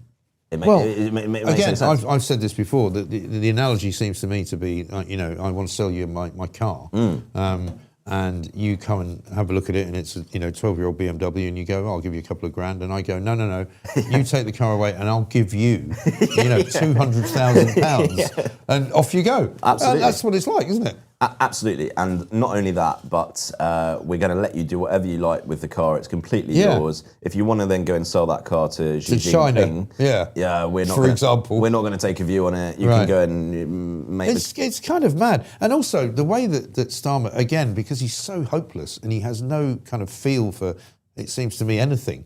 You see old Misley Mandarin going over to his homeland with his dad, and they start threatening to lock him up for 3 years for invading his own country. And you go, sorry? It's extraordinary. So Misley Mandarin, the foreign, the president of the Chagos Islands in exile, can land on the Chagos Islands in a small boat and set up a settlement there. And the British government moves immediately to kick him out. It serves him with a British Indian Ocean Territory removal order, threatening to send him for prison for 3 years.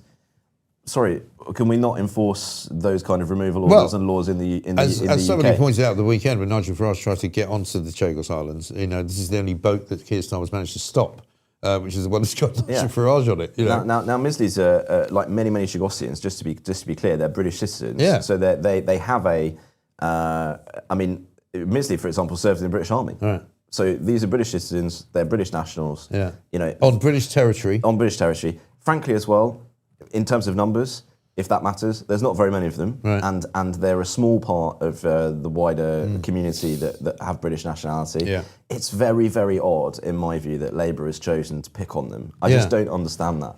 It can only be explained really by this kind of zealotry for open borders and internationalism, and as I say, what that guy Felipe Sanz said, which is that, you know, ideologically, they believe that, you know, we shouldn't own anything which is outside of the British Isles because it's somehow imperialist or something. There is a bit of that. And my reply to them has always been, well, the UK already paid compensation to the Chagosians several times. Right.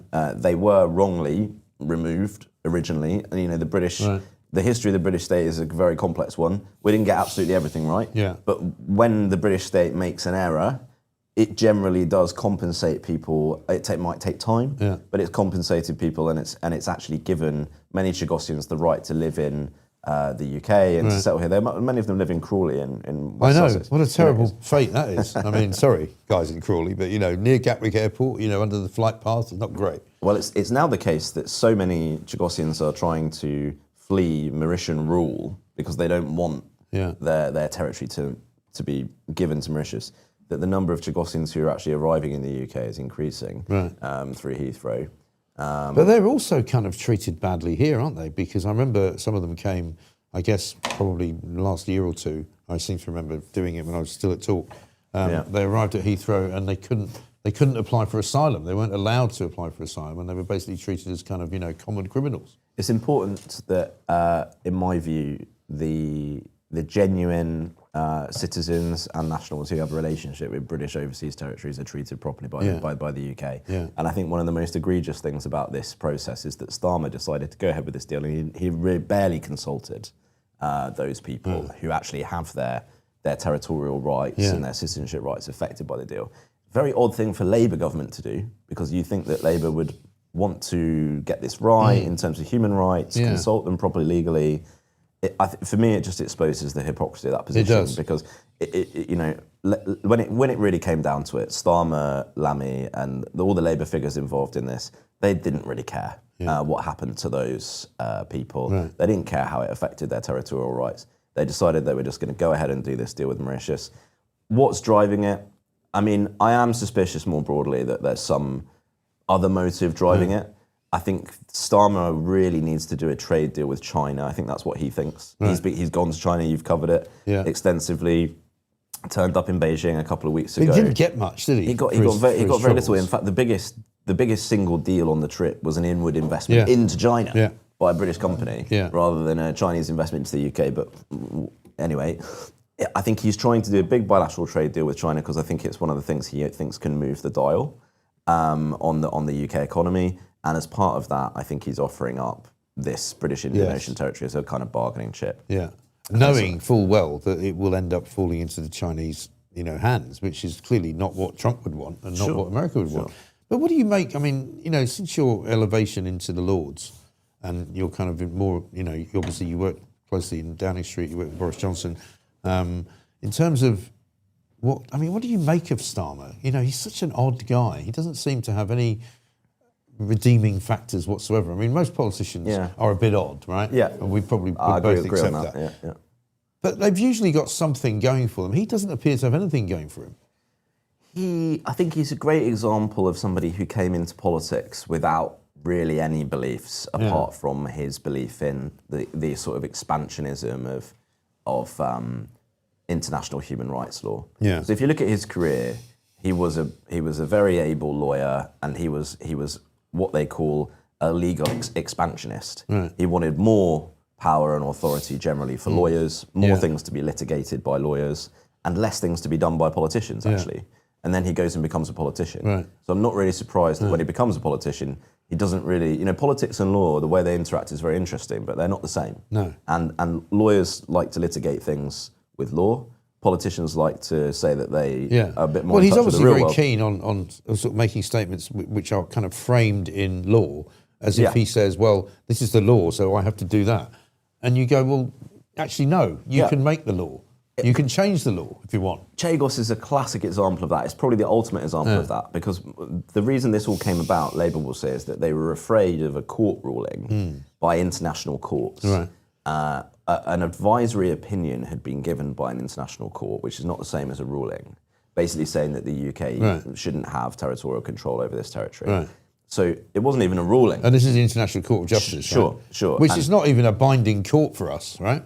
Correct. And lots of countries don't consider it a binding court, least of all the US, by the way. Right. So lots of countries, whether they are the United States, China, many others, many countries say, sorry, we have our own view on what we will do and what we won't do. But Starmer charged into this. He almost took that advisory opinion and he said, this means we need to act immediately. And we need to get rid of the territory immediately. We must give it to Mauritius. Yes. And it's sort of like that legal mindset where you take something that's essentially just a written warning, that's not even a binding ruling, that, you know, many countries would ignore, frankly. And Starmer almost takes that to heart and says, I'm going to build my entire foreign policy on this. It just doesn't, it's not, I mean, as you'd say in the real home of common sense, it's not a common sense way of... It really is. I mean, if you had a speeding ticket, you pay the fine, you don't stop driving altogether. Right. I mean, and he's so legalistic that he gets a written warning and he builds his entire policy basis on, well, we must never have anything to do with British Indian Ocean territory again, we've got to give the whole thing away. And it's taking things to an extreme degree. And I think that's how he's trying to govern. Yeah. But the problem is that the real world is moving quicker around him, and he's just not able to apply that. And he mindset. can't get out ahead of it. That's the problem. And I think for all decent politicians, and whatever Boris Johnson's faults were, he was quite good at doing that, getting out ahead of things before they happened. You know, and it all fell apart On the right day. But Starmer just doesn't seem to have a clue. Fascinating stuff. Well, hopefully, you know, I guess I don't know if there's a time frame on any of this, but is there likely to be a sort of final decision made? In this Parliament, shall we say? I think an important moment is May or June of this year, when the government is going to end the parliamentary session. And at the end of that parliamentary session, technically, all of the draft laws called bills cease to exist, generally. So there's a piece of draft legislation in Parliament now to enact this treaty and to ratify it. If we get to May or June without that having happened, that piece of draft legislation is going to expire. And, you know, the government could reintroduce it in the next session, but I think by then they would have faced so much opposition.